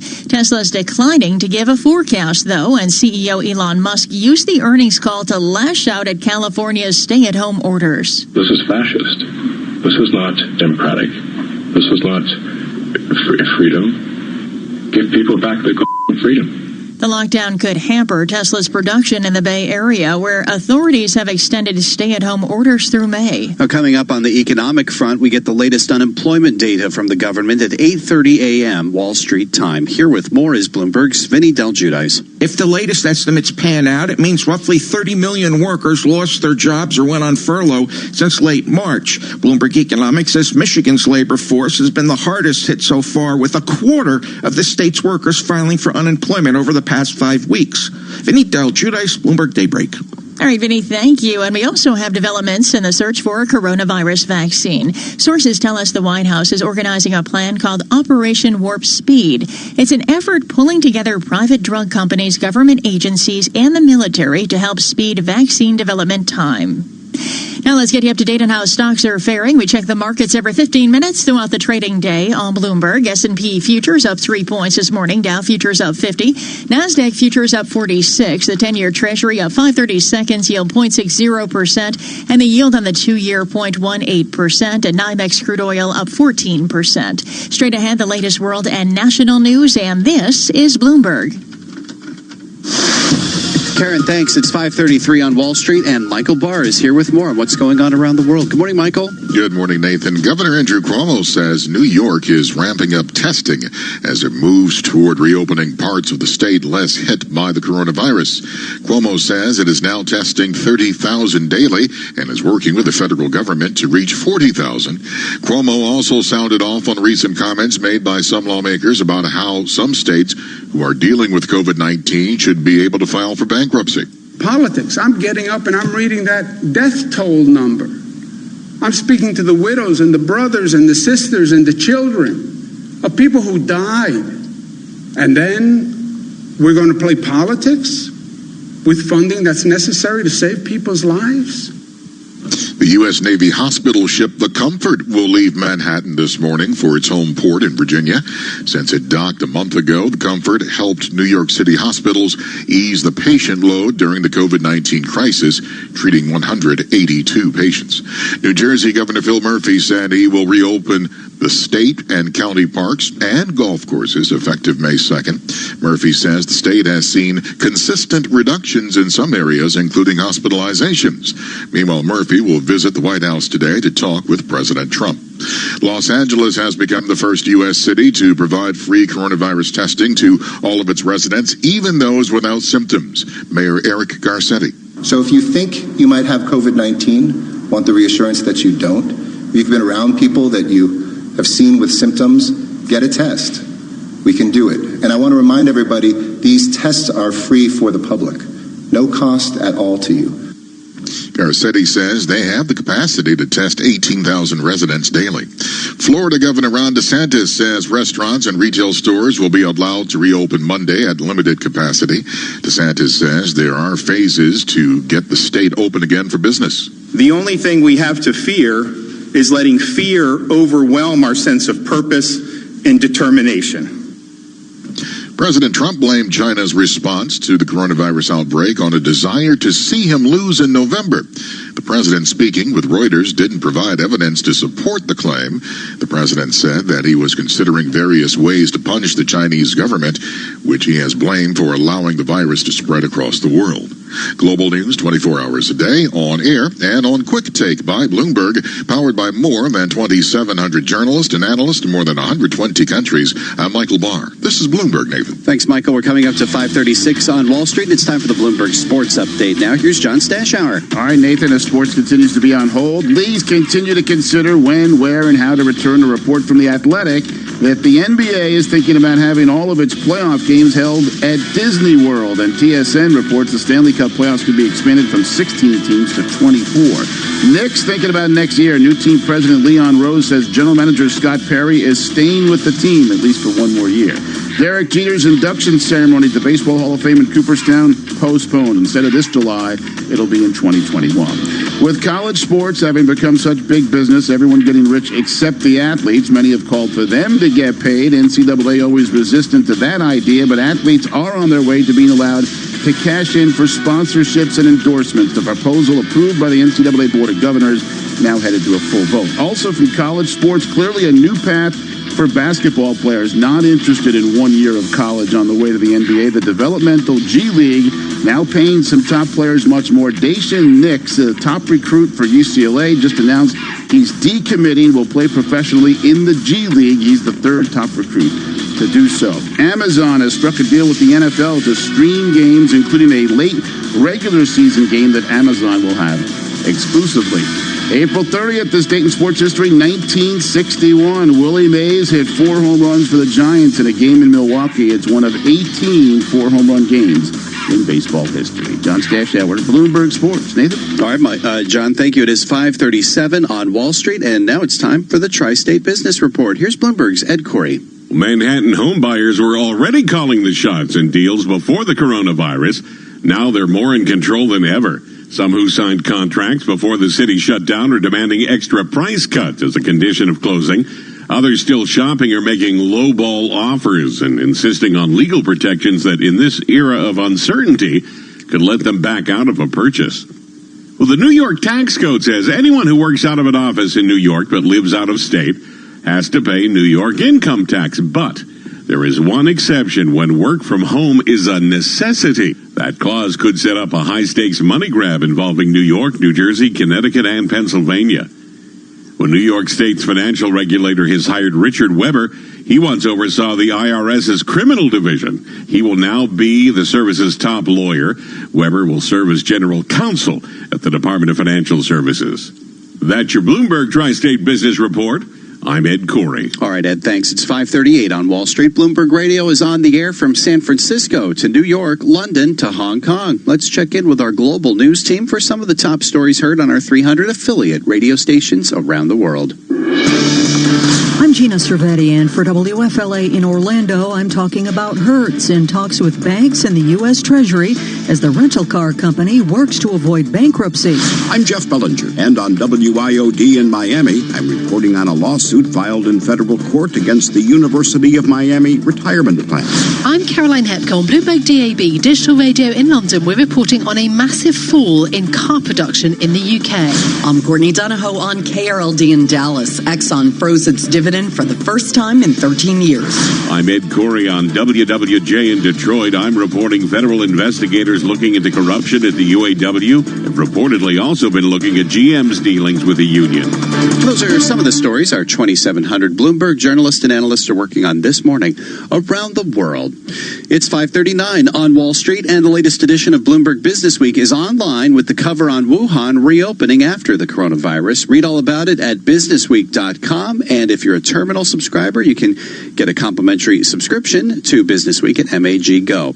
You can listen to Business Week with Carol Bassler and Jason Kelly right here on Bloomberg Radio, or watch it on YouTube weekdays from 2 to 6 p.m. Wall Street time. Get global business, finance, and tech news on your TV, computer, or mobile device. Just visit youtube.com and search Bloomberg Global News. Some other stories we're following. It's gotten back above 9,000. Bitcoin topped that level today. The cryptocurrency has now reached its highest level since before the coronavirus-induced crash. Right now, Bitcoin's trading a little bit lower at 89.25. Gold is heading for its biggest monthly gain since 2016. Top central banks are ramping up stimulus to repair economic damage from the coronavirus. That is boosting gold prices. They are up almost 9% this month, and on today's session, they're higher by 1% at $17.30 an ounce. Futures on Wall Street moving slightly higher. S&P futures up 6, Dow futures up 81, NASDAQ futures up 56 points. Why is delivering the best client experience a top priority at BNY Mellon's Pershing? Michelle Feinstein, Director of Client Engagement, explains. Today's investors want a financial relationship that's on demand, customized, and leverages the latest digital technology. At BNY Mellon's Pershing, helping advisory firms and broker-dealers create great experiences for their clients is our priority. Through our integrated wealth experience, we give you a high-touch service, flexible technology choices, and expert insights, so you can deliver a highly personalized experience to your clients at every step, from onboarding to wealth planning, to performance analysis and more. And because we're part of BNY Mellon, you'll benefit from more than 230 years of strength and stability. At Pershing, we're personally invested in your success. Visit Pershing.com to learn more about Pershing's integrated wealth experience. Pershing LLC and Pershing Advisor Solutions LLC are both members of FINRA and SIPC. Message and data rates may apply. T&C and privacy terms can be found at babbel.com/terms. Please don't text and drive. Have you wanted to speak a new language, but you thought it'd be too hard or take too much time? Then try Babbel for free by texting EXPLORE to 64,000. In just 15 minutes a day, you'll be on your way to speaking a new language in just a few weeks. And right now, you can try Babbel for free. Babbel starts out teaching you words and phrases by matching them with pictures. You won't believe how easy the interactive program is. Soon the sentences get a little bigger, and before you know it, you're having simulated conversations voiced by native speakers. And because Babbel is crafted by language experts and uses the spaced repetition method, in just 10 to 15 minutes a day, you'll be speaking the language of your choice with real confidence. With Babbel, you can speak a language. Just text EXPLORE to 64,000 and start your first lesson in the language of your choice for free. Download the Babbel app or text EXPLORE to 64,000 and try it for free. Text EXPLORE to 64,000. This is your Bloomberg. The pressure washer that means your patio is barbecue ready. The 4K projector that brings the thrill of the cinema to you. The yoga mat that turns your lounge into a studio. With a choice of ways to pay, you can make the most of your leisure time. You can say yes when it matters most at very.co.uk. Goods and services provided by Shop Direct Home Shopping Limited. Credit provided by Shop Direct Finance Company Limited. This is an important message from the government. For now, we must all still stay at home. It can be hard, but it's making a difference. So please keep going for the ones you love. Keep going for every key worker on the front line as they keep going for us. Keep going because together we will beat the virus. To all of you making sacrifices every day, thank you. Stay home, protect the NHS, save lives. While most of us are looking out for each other at this time, sadly, fraudsters are trying to take advantage of the situation. Here's Chris Ainsley from Santander with advice for keeping your money safe. Please be wary of people you've met online who claim to be stranded abroad and urgently need money. Always take time to think before you act, and if you think you're the victim of fraud, then let your bank know right away. For more advice on keeping your money safe, visit santander.co.uk. In case you didn't know, TuneIn lets you listen to the same radio stations you pick up on your home or car radio, except you can hear them from anywhere. If you want to find a station from somewhere else in the world, navigate to the By Location section under Browse. Keep exploring with TuneIn. A social distancing tip. Putting distance between yourself and others is critical to slowing the spread of coronavirus. So here are ways to stay in contact, without the physical contact part. Call, send a text, set up a video conference, post on social media, dedicate a song on the radio. If you have symptoms of fever, dry cough, and shortness of breath, call your healthcare provider before going to their office. For more info, visit coronavirus.gov. Let's all do our part, because we're all #AloneTogether. Brought to you by the Ad Council. Hit the court anytime with these great NBA podcasts on TuneIn. The Low Post. So what struck you about this potential head-to-head matchup? What did we learn now that Zion is involved and LeBron and Zion go at each other for the first time? You know, I still think both teams have to figure out kind of who are their guys when they get into a fourth quarter. I think you saw that with both of them. There were some kind of odd moments. The Ringer NBA Show. Who ended up winning the thing. But I did watch for a little bit when it was DeAndre Ayton and Zach LaVine playing against each other. And then as the days went on, Devin Booker was involved. Tell me you've seen the clip of Devin Booker when I can't remember who his opponent was. Or the Haber Show. At the end, it's because I worked in the NBA in the front office, and when I was 14 years old, my family moved back from Sudan to America. I went to high school here in New York Find these and more NBA podcasts right here on TuneIn. On air and at TikTok on Twitter. Powered by more than 2,700 journalists and analysts in over 120 countries. This is Bloomberg Radio. Now, a global news update. Special report, coronavirus update. Federal social distancing guidelines are going by the wayside in favor of what governors want for their states. For the president, speaking with business leaders, a couple arm's length is just not the way it should be. I think we want to go back to where it was. I mean, when I look at a baseball game, I want to see people right next to each other. I don't want to see 4 seats in between every person. Health experts warn of a resurgence in the fall, even as many states have yet to level off case levels amid spring. The only sure thing would be a vaccine, with the government trying to speed that process along.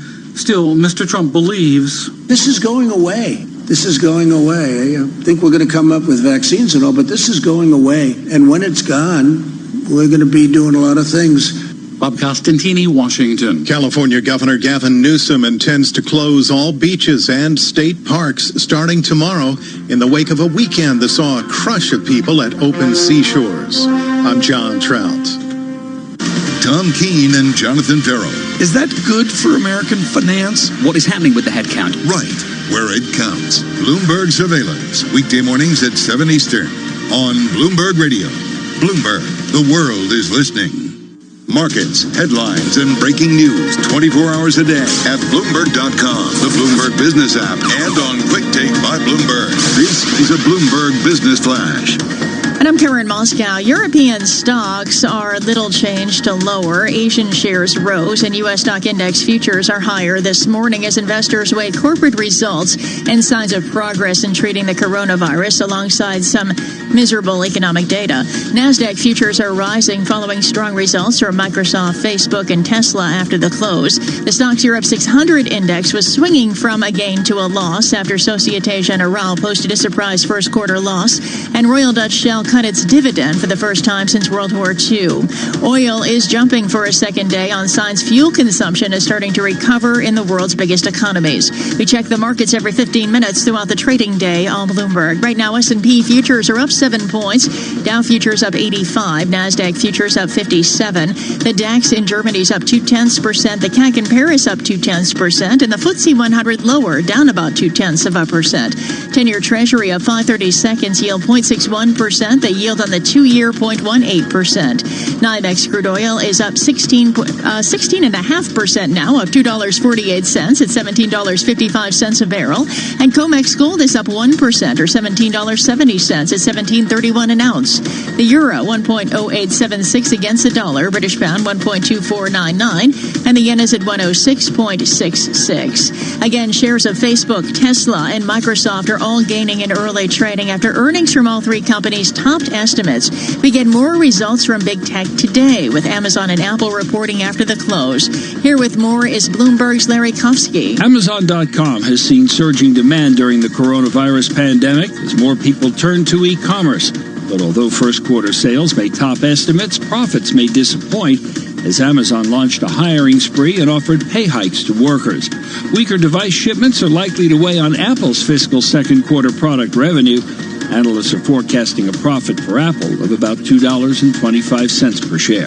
Larry Kofsky, Bloomberg Daybreak. All right, Larry, thank you. And we continue to watch shares of Gilead Sciences up about 3.5% in early trading. Chief Executive Daniel O'Day saying there are more than 50,000 courses of the company's experimental COVID-19 therapy packed in vials and ready to ship as soon as the drug is authorized for emergency use by U.S. regulators.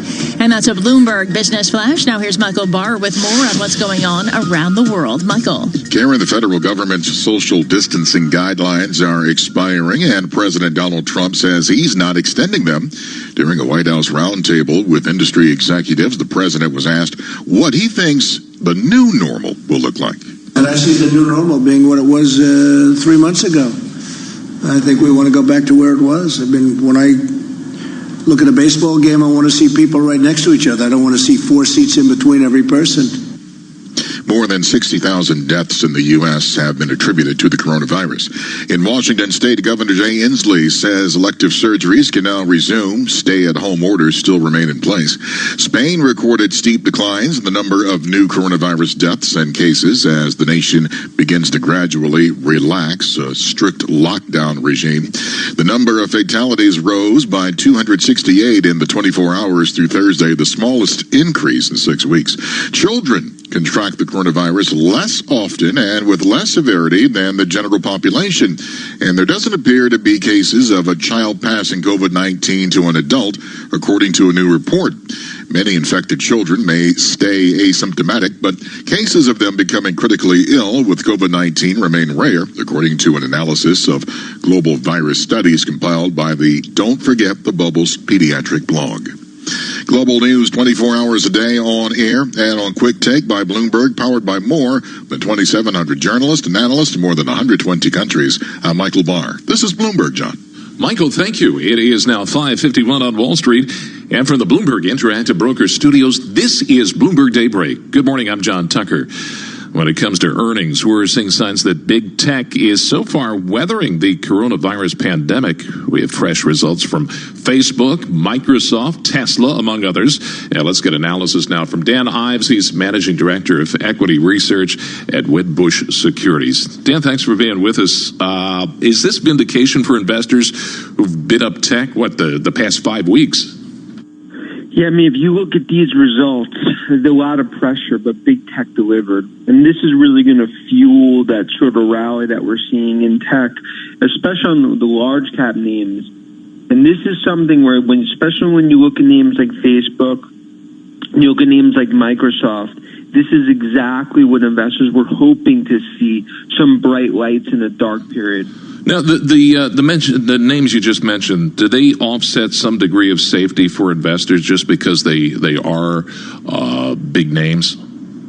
Yeah, I think they're safety blanket names in an uncertain time, but they're defensive as well as offensive. And that's the one thing you saw. You're starting to see signs of stabilization Facebook saw in advertising. But when you look at Microsoft, that's a rock of Gibraltar from a cloud perspective. I mean, cloud growth north of 60%. And it speaks to, in this horrific environment, there's companies that are benefiting, and many of them are large cap tech companies. There was pressure on the valuations to deliver, and they, with their back against the walls, came out swinging. Okay, I'm trying to gauge, like everybody else and you, how deep the trough is. Is it that the news that we got was less bad than feared or genuinely positive? No, I'd characterize it as a tale of two cities. On cloud, we're seeing from work from home names as well as names like Microsoft, Amazon. It's positive because what is happening is with this remote workforce, you are seeing cloud as a major catalyst in this environment. Now, in terms of the other areas like Facebook and we saw with Google as well, I'd call it less bad. And less bad is enough for these stocks to continue to rally. And that's why investors are sort of looking through March and June for the other side of the dark valley when buying these stocks. Okay, so names with enterprise and cloud exposure. Cloud exposure and enterprise is what's seeing the strength. But then you look on consumer, we saw it from Netflix on streaming. You'll see it on e-commerce tonight with Amazon, with the Bonanza. And then even on Facebook and Google, the biggest fear was that advertising was falling off a cliff. Those fears were not validated by these numbers. Okay. As far as advertising with respect to Facebook, could you get into the weeds a bit with the results that we saw there? Yeah, I think you're seeing definitely numbers come off in terms of overall advertising growth, but you are seeing signs of stabilization. And I think right now investors were less focused on the March quarter, more focused in terms of guidance as well as visibility for June and going forward. And what you saw with Facebook, that's another example, less bad. And right now, that's what the bulls needed to drive these stocks higher. And I think you're going to continue to see that rally. To the extent that Tesla is not an auto company, but a technology company, your impression of the results there? It's really the P word, profitability. That was the missing piece of the puzzle. Were they going to show red ink or profitability? They showed profitability much better than expected, and that's going to be something where you could see the stock driven into north of $1,000 because it continues to be the core EV play. And even though Fremont's shut down right now, investors are looking on the other side. And the fact that they're doing it profitably, Musk and Tesla, that's what the bulls want to see, and that's why you're going to see a historic short rally today. And in terms of the margins there, to what extent are they improving? They're doing some impressive margins. I mean, if you look from a gross margin perspective, beating the street by 300 to 400 bips in the middle of a global pandemic, I think it just shows that fundamental profile of Tesla is much better than feared. And really it all comes down to profitability and delivery numbers. And when you look at it, it's really China. China is the main fundamental thesis of the bulls here, and it seems like that's going to hit 100K units in the first year. Let's move on to what we're going to get today, Amazon and Apple. Let's start with Amazon. Of course, e-commerce will probably be the focus there. What do you expect? Look, Amazon, as many have obviously suffered. Amazon's benefiting. I mean, they are the core artery for global consumers, and that's something from an e-commerce perspective the street almost can't catch up in terms of raising numbers, but they also benefit from cloud as well. So for Amazon, it's a 1-2 punch in terms of the success. Higher elevated costs, the street's focused on growth. That's why right now I think this is one where Amazon continues to be the core name, not just on e-commerce, but cloud, and those are two trends benefiting in this market. And what can we expect from Apple after the close of regular trading? Look, Apple's going to be ripping the Band-Aid off. I mean, everyone, those units are going to be down from a cut perspective, 15 to 20% on iPhone. The big question is China starting to rebound? What does the supply chain look like? And is the 5G phone, how delayed is that? This is another one. That stock's holding up because investors are not looking at it from March or June. They're looking at it on the other side of the dark valley, what normalized numbers look like. Dan, thanks very much. Dan Ives, Managing Director of Equity Research at Wedbush Securities. And Tesla shares up 8% of the pre-market. Give you Microsoft as well, Karen.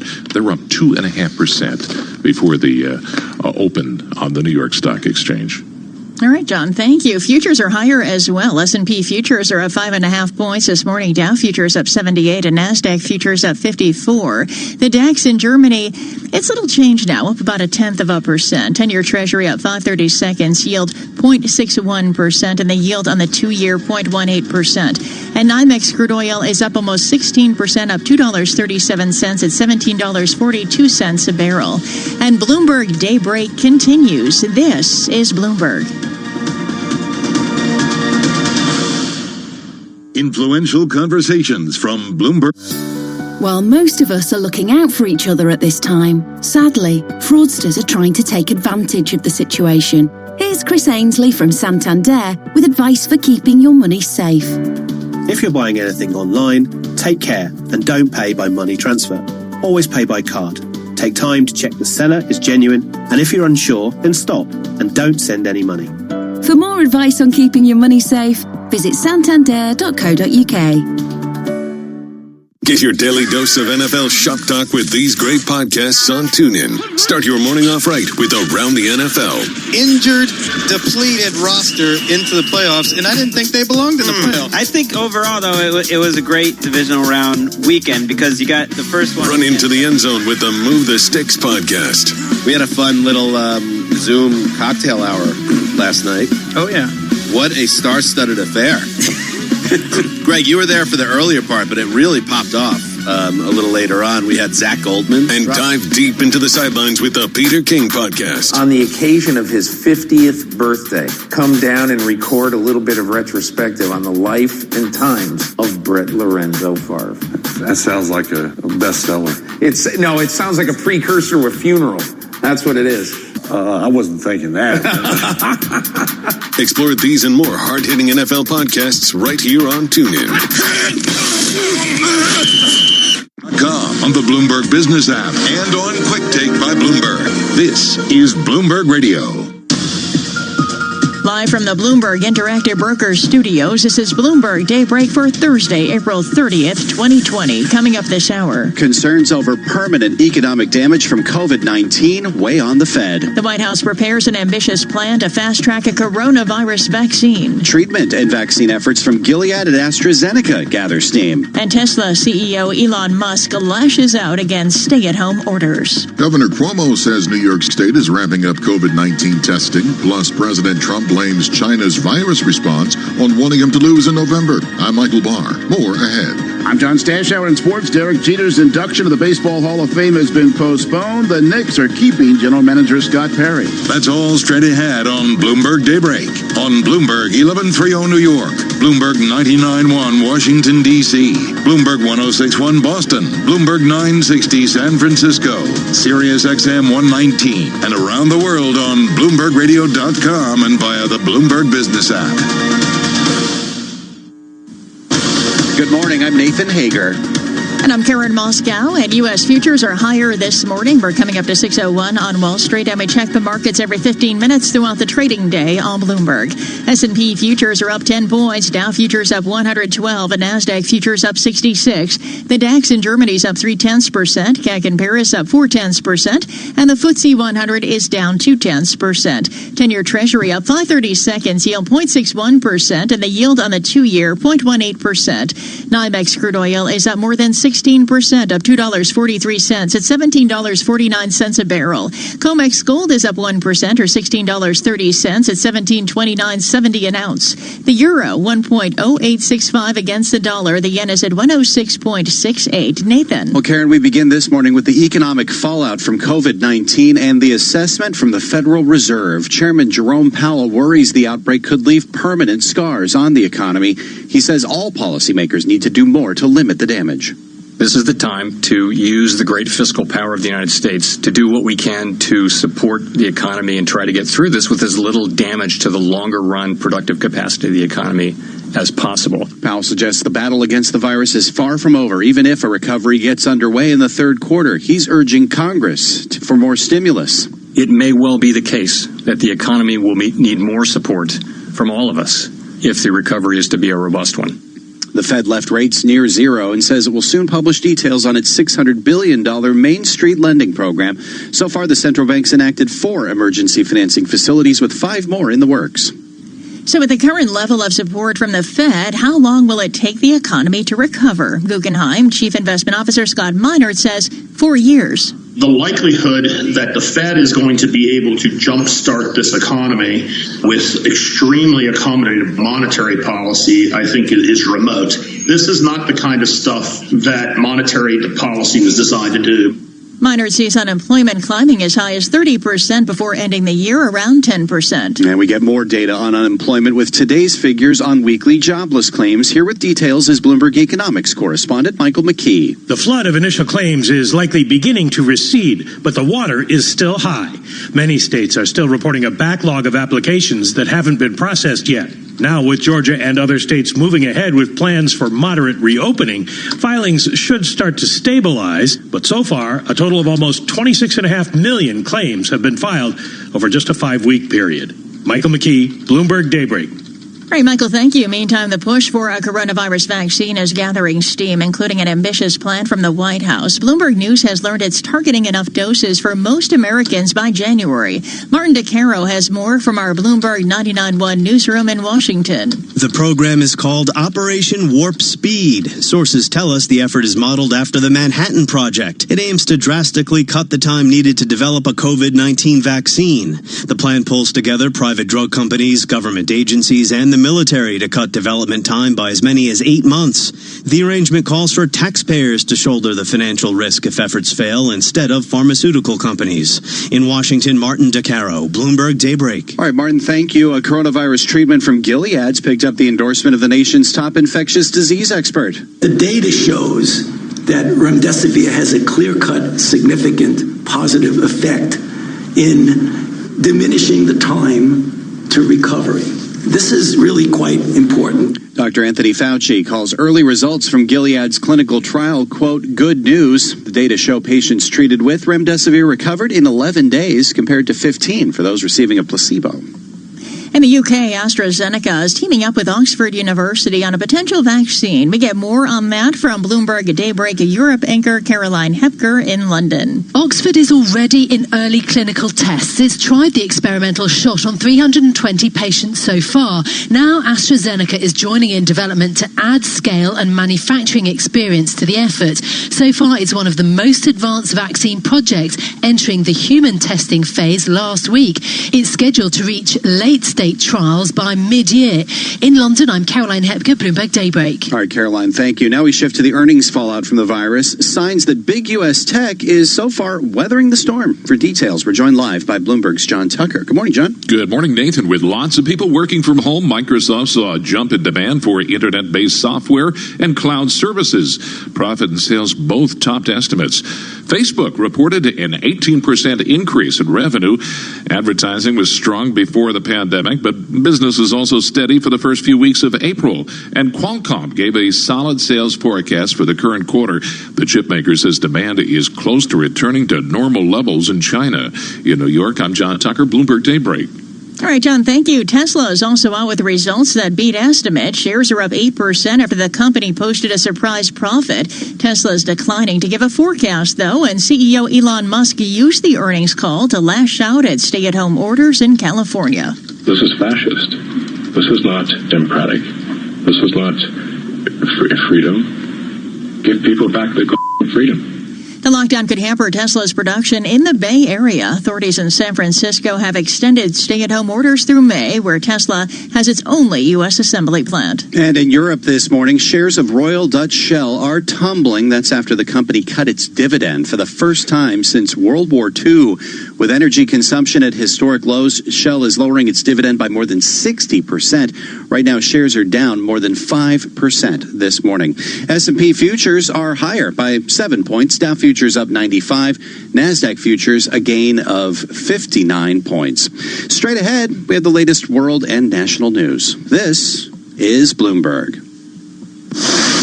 It's 6:07 on Wall Street. Let's bring in Michael Barr for a check of what else is going on around the world. Good morning, Michael. Good morning, Nathan. New York Governor Andrew Cuomo says his state is planning to ramp up testing more than they already have.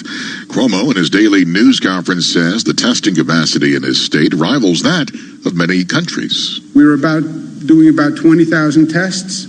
We said we wanted to double that. We're now on average about 30,000 tests per day, which is a dramatic increase, not where we need to be, but a dramatic increase. Where we are now, you should know, is New York State is doing more than most countries are doing. Cuomo stressed the number of daily hospitalizations and daily deaths are still too high. MTA workers say homeless people sleeping on subway trains has become almost unmanageable due to the outbreak. New York City Mayor de Blasio authorized more transit cops and social workers to sweep the trains at night. Transit President Sarah Feinberg says this has always been a problem within the system. The reality is this is a city responsibility. So is our responsibility? No. We cannot let the workers of the MTA have to deal with this. New Jersey Governor Phil Murphy says he will reopen state and county parks and golf courses effective May 2nd. The governor said he made the decision based on data, science, and fact, and not because of protests from some residents and opposition from lawmakers. Meanwhile, Murphy will meet with President Trump today at the White House. A memo sent to California police chief says Governor Gavin Newsom will order all beaches and state parks closed starting tomorrow to curb the spread of the virus. Newsom didn't mention the memo in a briefing last night, but says some beaches have been visibly crowded.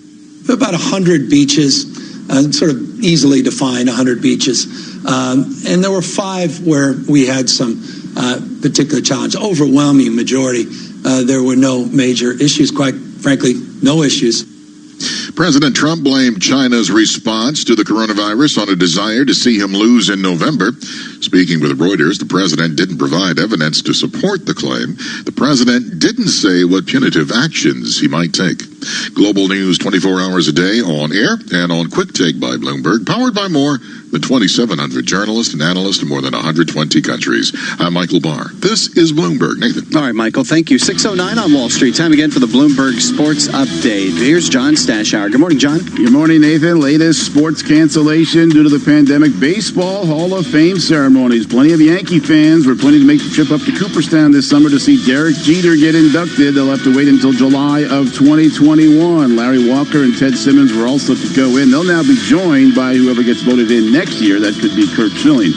New Knicks team president Leon Rose was said to be looking to hire a new general manager. Instead, he is keeping Scott Perry from the Steve Mills regime, at least for 1 year. But it'll be Rose who makes the key Knick decisions like who to hire as coach, who to draft, who to sign as a free agent. A couple of NFL teams have interesting quarterback situations in New Orleans. A lot of indications that 41-year-old Drew Brees is going into his final season. He's already taken a host football job with NBC. The Saints have given Taysom Hill, who plays QB and other positions, a new 2-year contract, and they just signed Jameis Winston, once the first overall pick in his final season with Tampa Bay. Winston threw for 5,000 yards, 30 touchdowns, but also 30 interceptions.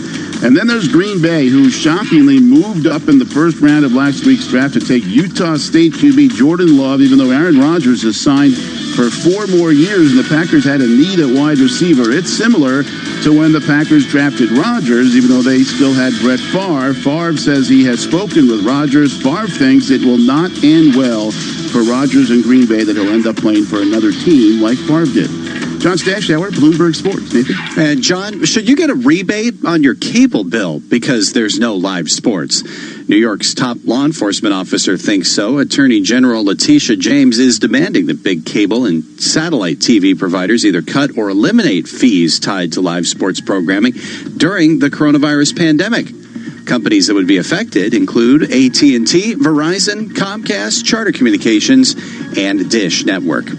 S&P futures higher by 5 points this morning. Dow futures up 83. NASDAQ futures higher by 54 points. That's a gain of 0.6%. You're listening to Bloomberg Daybreak. 25 years ago, NJIT graduate Dick Sweeney co-founded Keurig Green Mountain, a company whose incredible innovations changed the way the world brews a cup of coffee. Today, he lectures widely on business leadership and is a strong advocate for NJIT's work to combine business education with the power of STEM. NJIT is definitely fostering the innovative thinking for budding entrepreneurs simply because that's the world we live in. NJIT is producing students that have been trained, educated, and given the business acumen to be a contributor to a company. The distinct mission is to develop great STEM scholars. The attributes I've always looked for in team members are heart, smarts, guts, and luck. So we want people with passion, intelligence, courage, and never discount luck. The student coming out of NJIT has experienced all of that. NJIT, New Jersey Institute of Technology. Learn more at njit.edu. Asset managers who seize change to launch new strategies, add distribution channels, or exploit new technology to re-engineer the investor experience are often rewarded. However, in an industry paralyzed with complexity, few act with agility or decisively. Few run their businesses strategically, yet the most competitive managers in the market know with the right partner and a flexible operating system, you can. Go boldly toward change with SEI Investment Manager Services. Determination and operational strength are both essential factors for growth in asset management. I'm Steve Meyer, President and Head of SEI's Investment Manager Services Division. We know that disruptive forces create opportunities around the world. If you see potential in change, our industry specialists will maximize SEI's integrated platform of data and risk management, global investment operations, compliance support, and investor services to position your asset management business for success. Come grow with us. With SEI Investment Manager Services, you lead the charge in a competitive marketplace. Learn more at seic.com/seize change. Business is constantly... Dating can be tricky, especially when you can't meet face-to-face. So it's time to get creative with the easy way to replace physical dates, Video Call from Bumble, the dating app where women make the first move. Here's Anna Williamson and Tom Reed-Wilson with some tips on connecting online. It's a bit harder to flirt with limited body language, but nothing beats a smile and some eye contact to show them you're interested. And have an activity plan for your date. This will help break the ice. Download Bumble today. Fraudsters are getting more and more sophisticated, and it's easier than ever for people to make an honest mistake and lose their money. TSB doesn't think anyone should have to pay for being an innocent victim of fraud on their account. That's why they've created the TSB Fraud Refund Guarantee. To find out more, visit tsb.co.uk. Terms and conditions apply. This is a message from the government to all essential workers. You're doing vital jobs to keep our country going, and you can now get tested for coronavirus. From health professionals to emergency services, from delivery drivers to grocery workers, from teachers to care workers. Tests are available for you and anyone in your household who has symptoms. For a full list of all essential workers eligible and how to get a test, go to gov.uk/coronavirus. Here's Guy Johnson. 3M's quarterly sales and profits topping analysts' estimates today, but the company is warning that the worst is yet to come. 3M cut its outlook for the year and expects the second quarter to be the worst for the global economy. Joining us now is 3M's CEO, Mike Roman. Mike, let's talk a little bit about kind of where we are with the business right now. As I've just said, you've withdrawn guidance. I'm wondering from which portions of the business, which sectors within the business, the ambiguity is arising. Where do you have most visibility and where do you have least visibility? Looking at where we are as we come into the second quarter, looking at the outlook, we did withdraw our guidance. There's too great of uncertainty, a very fast-changing environment. We did highlight some of the challenges that we're facing as we come into the quarter. Even as we came out of first quarter, we saw a deceleration in some of our end markets, both geographically as well as in key markets. We continue to see very strong demand in respirators, as an example, but we saw a slowdown in areas like elective procedures in healthcare. So our medical solutions business saw a sharp decline in our oral care business. We saw a slowdown in other areas like stationery and office supply as people are working from home. And that continues into Q2. Hear more interviews like this one on Bloomberg Television, streaming live on Bloomberg.com and on the Bloomberg mobile app, or check your local cable listings. Markets, headlines, and breaking news 24 hours a day at Bloomberg.com, the Bloomberg Business app, and on Quick Take by Bloomberg. This is a Bloomberg Business Flash. And I'm Karen Moscow. NASDAQ futures rising this morning following some strong results from Microsoft, Facebook, and Tesla. After the close, European shares are slipping. We check the markets every 15 minutes throughout the trading day. All Bloomberg.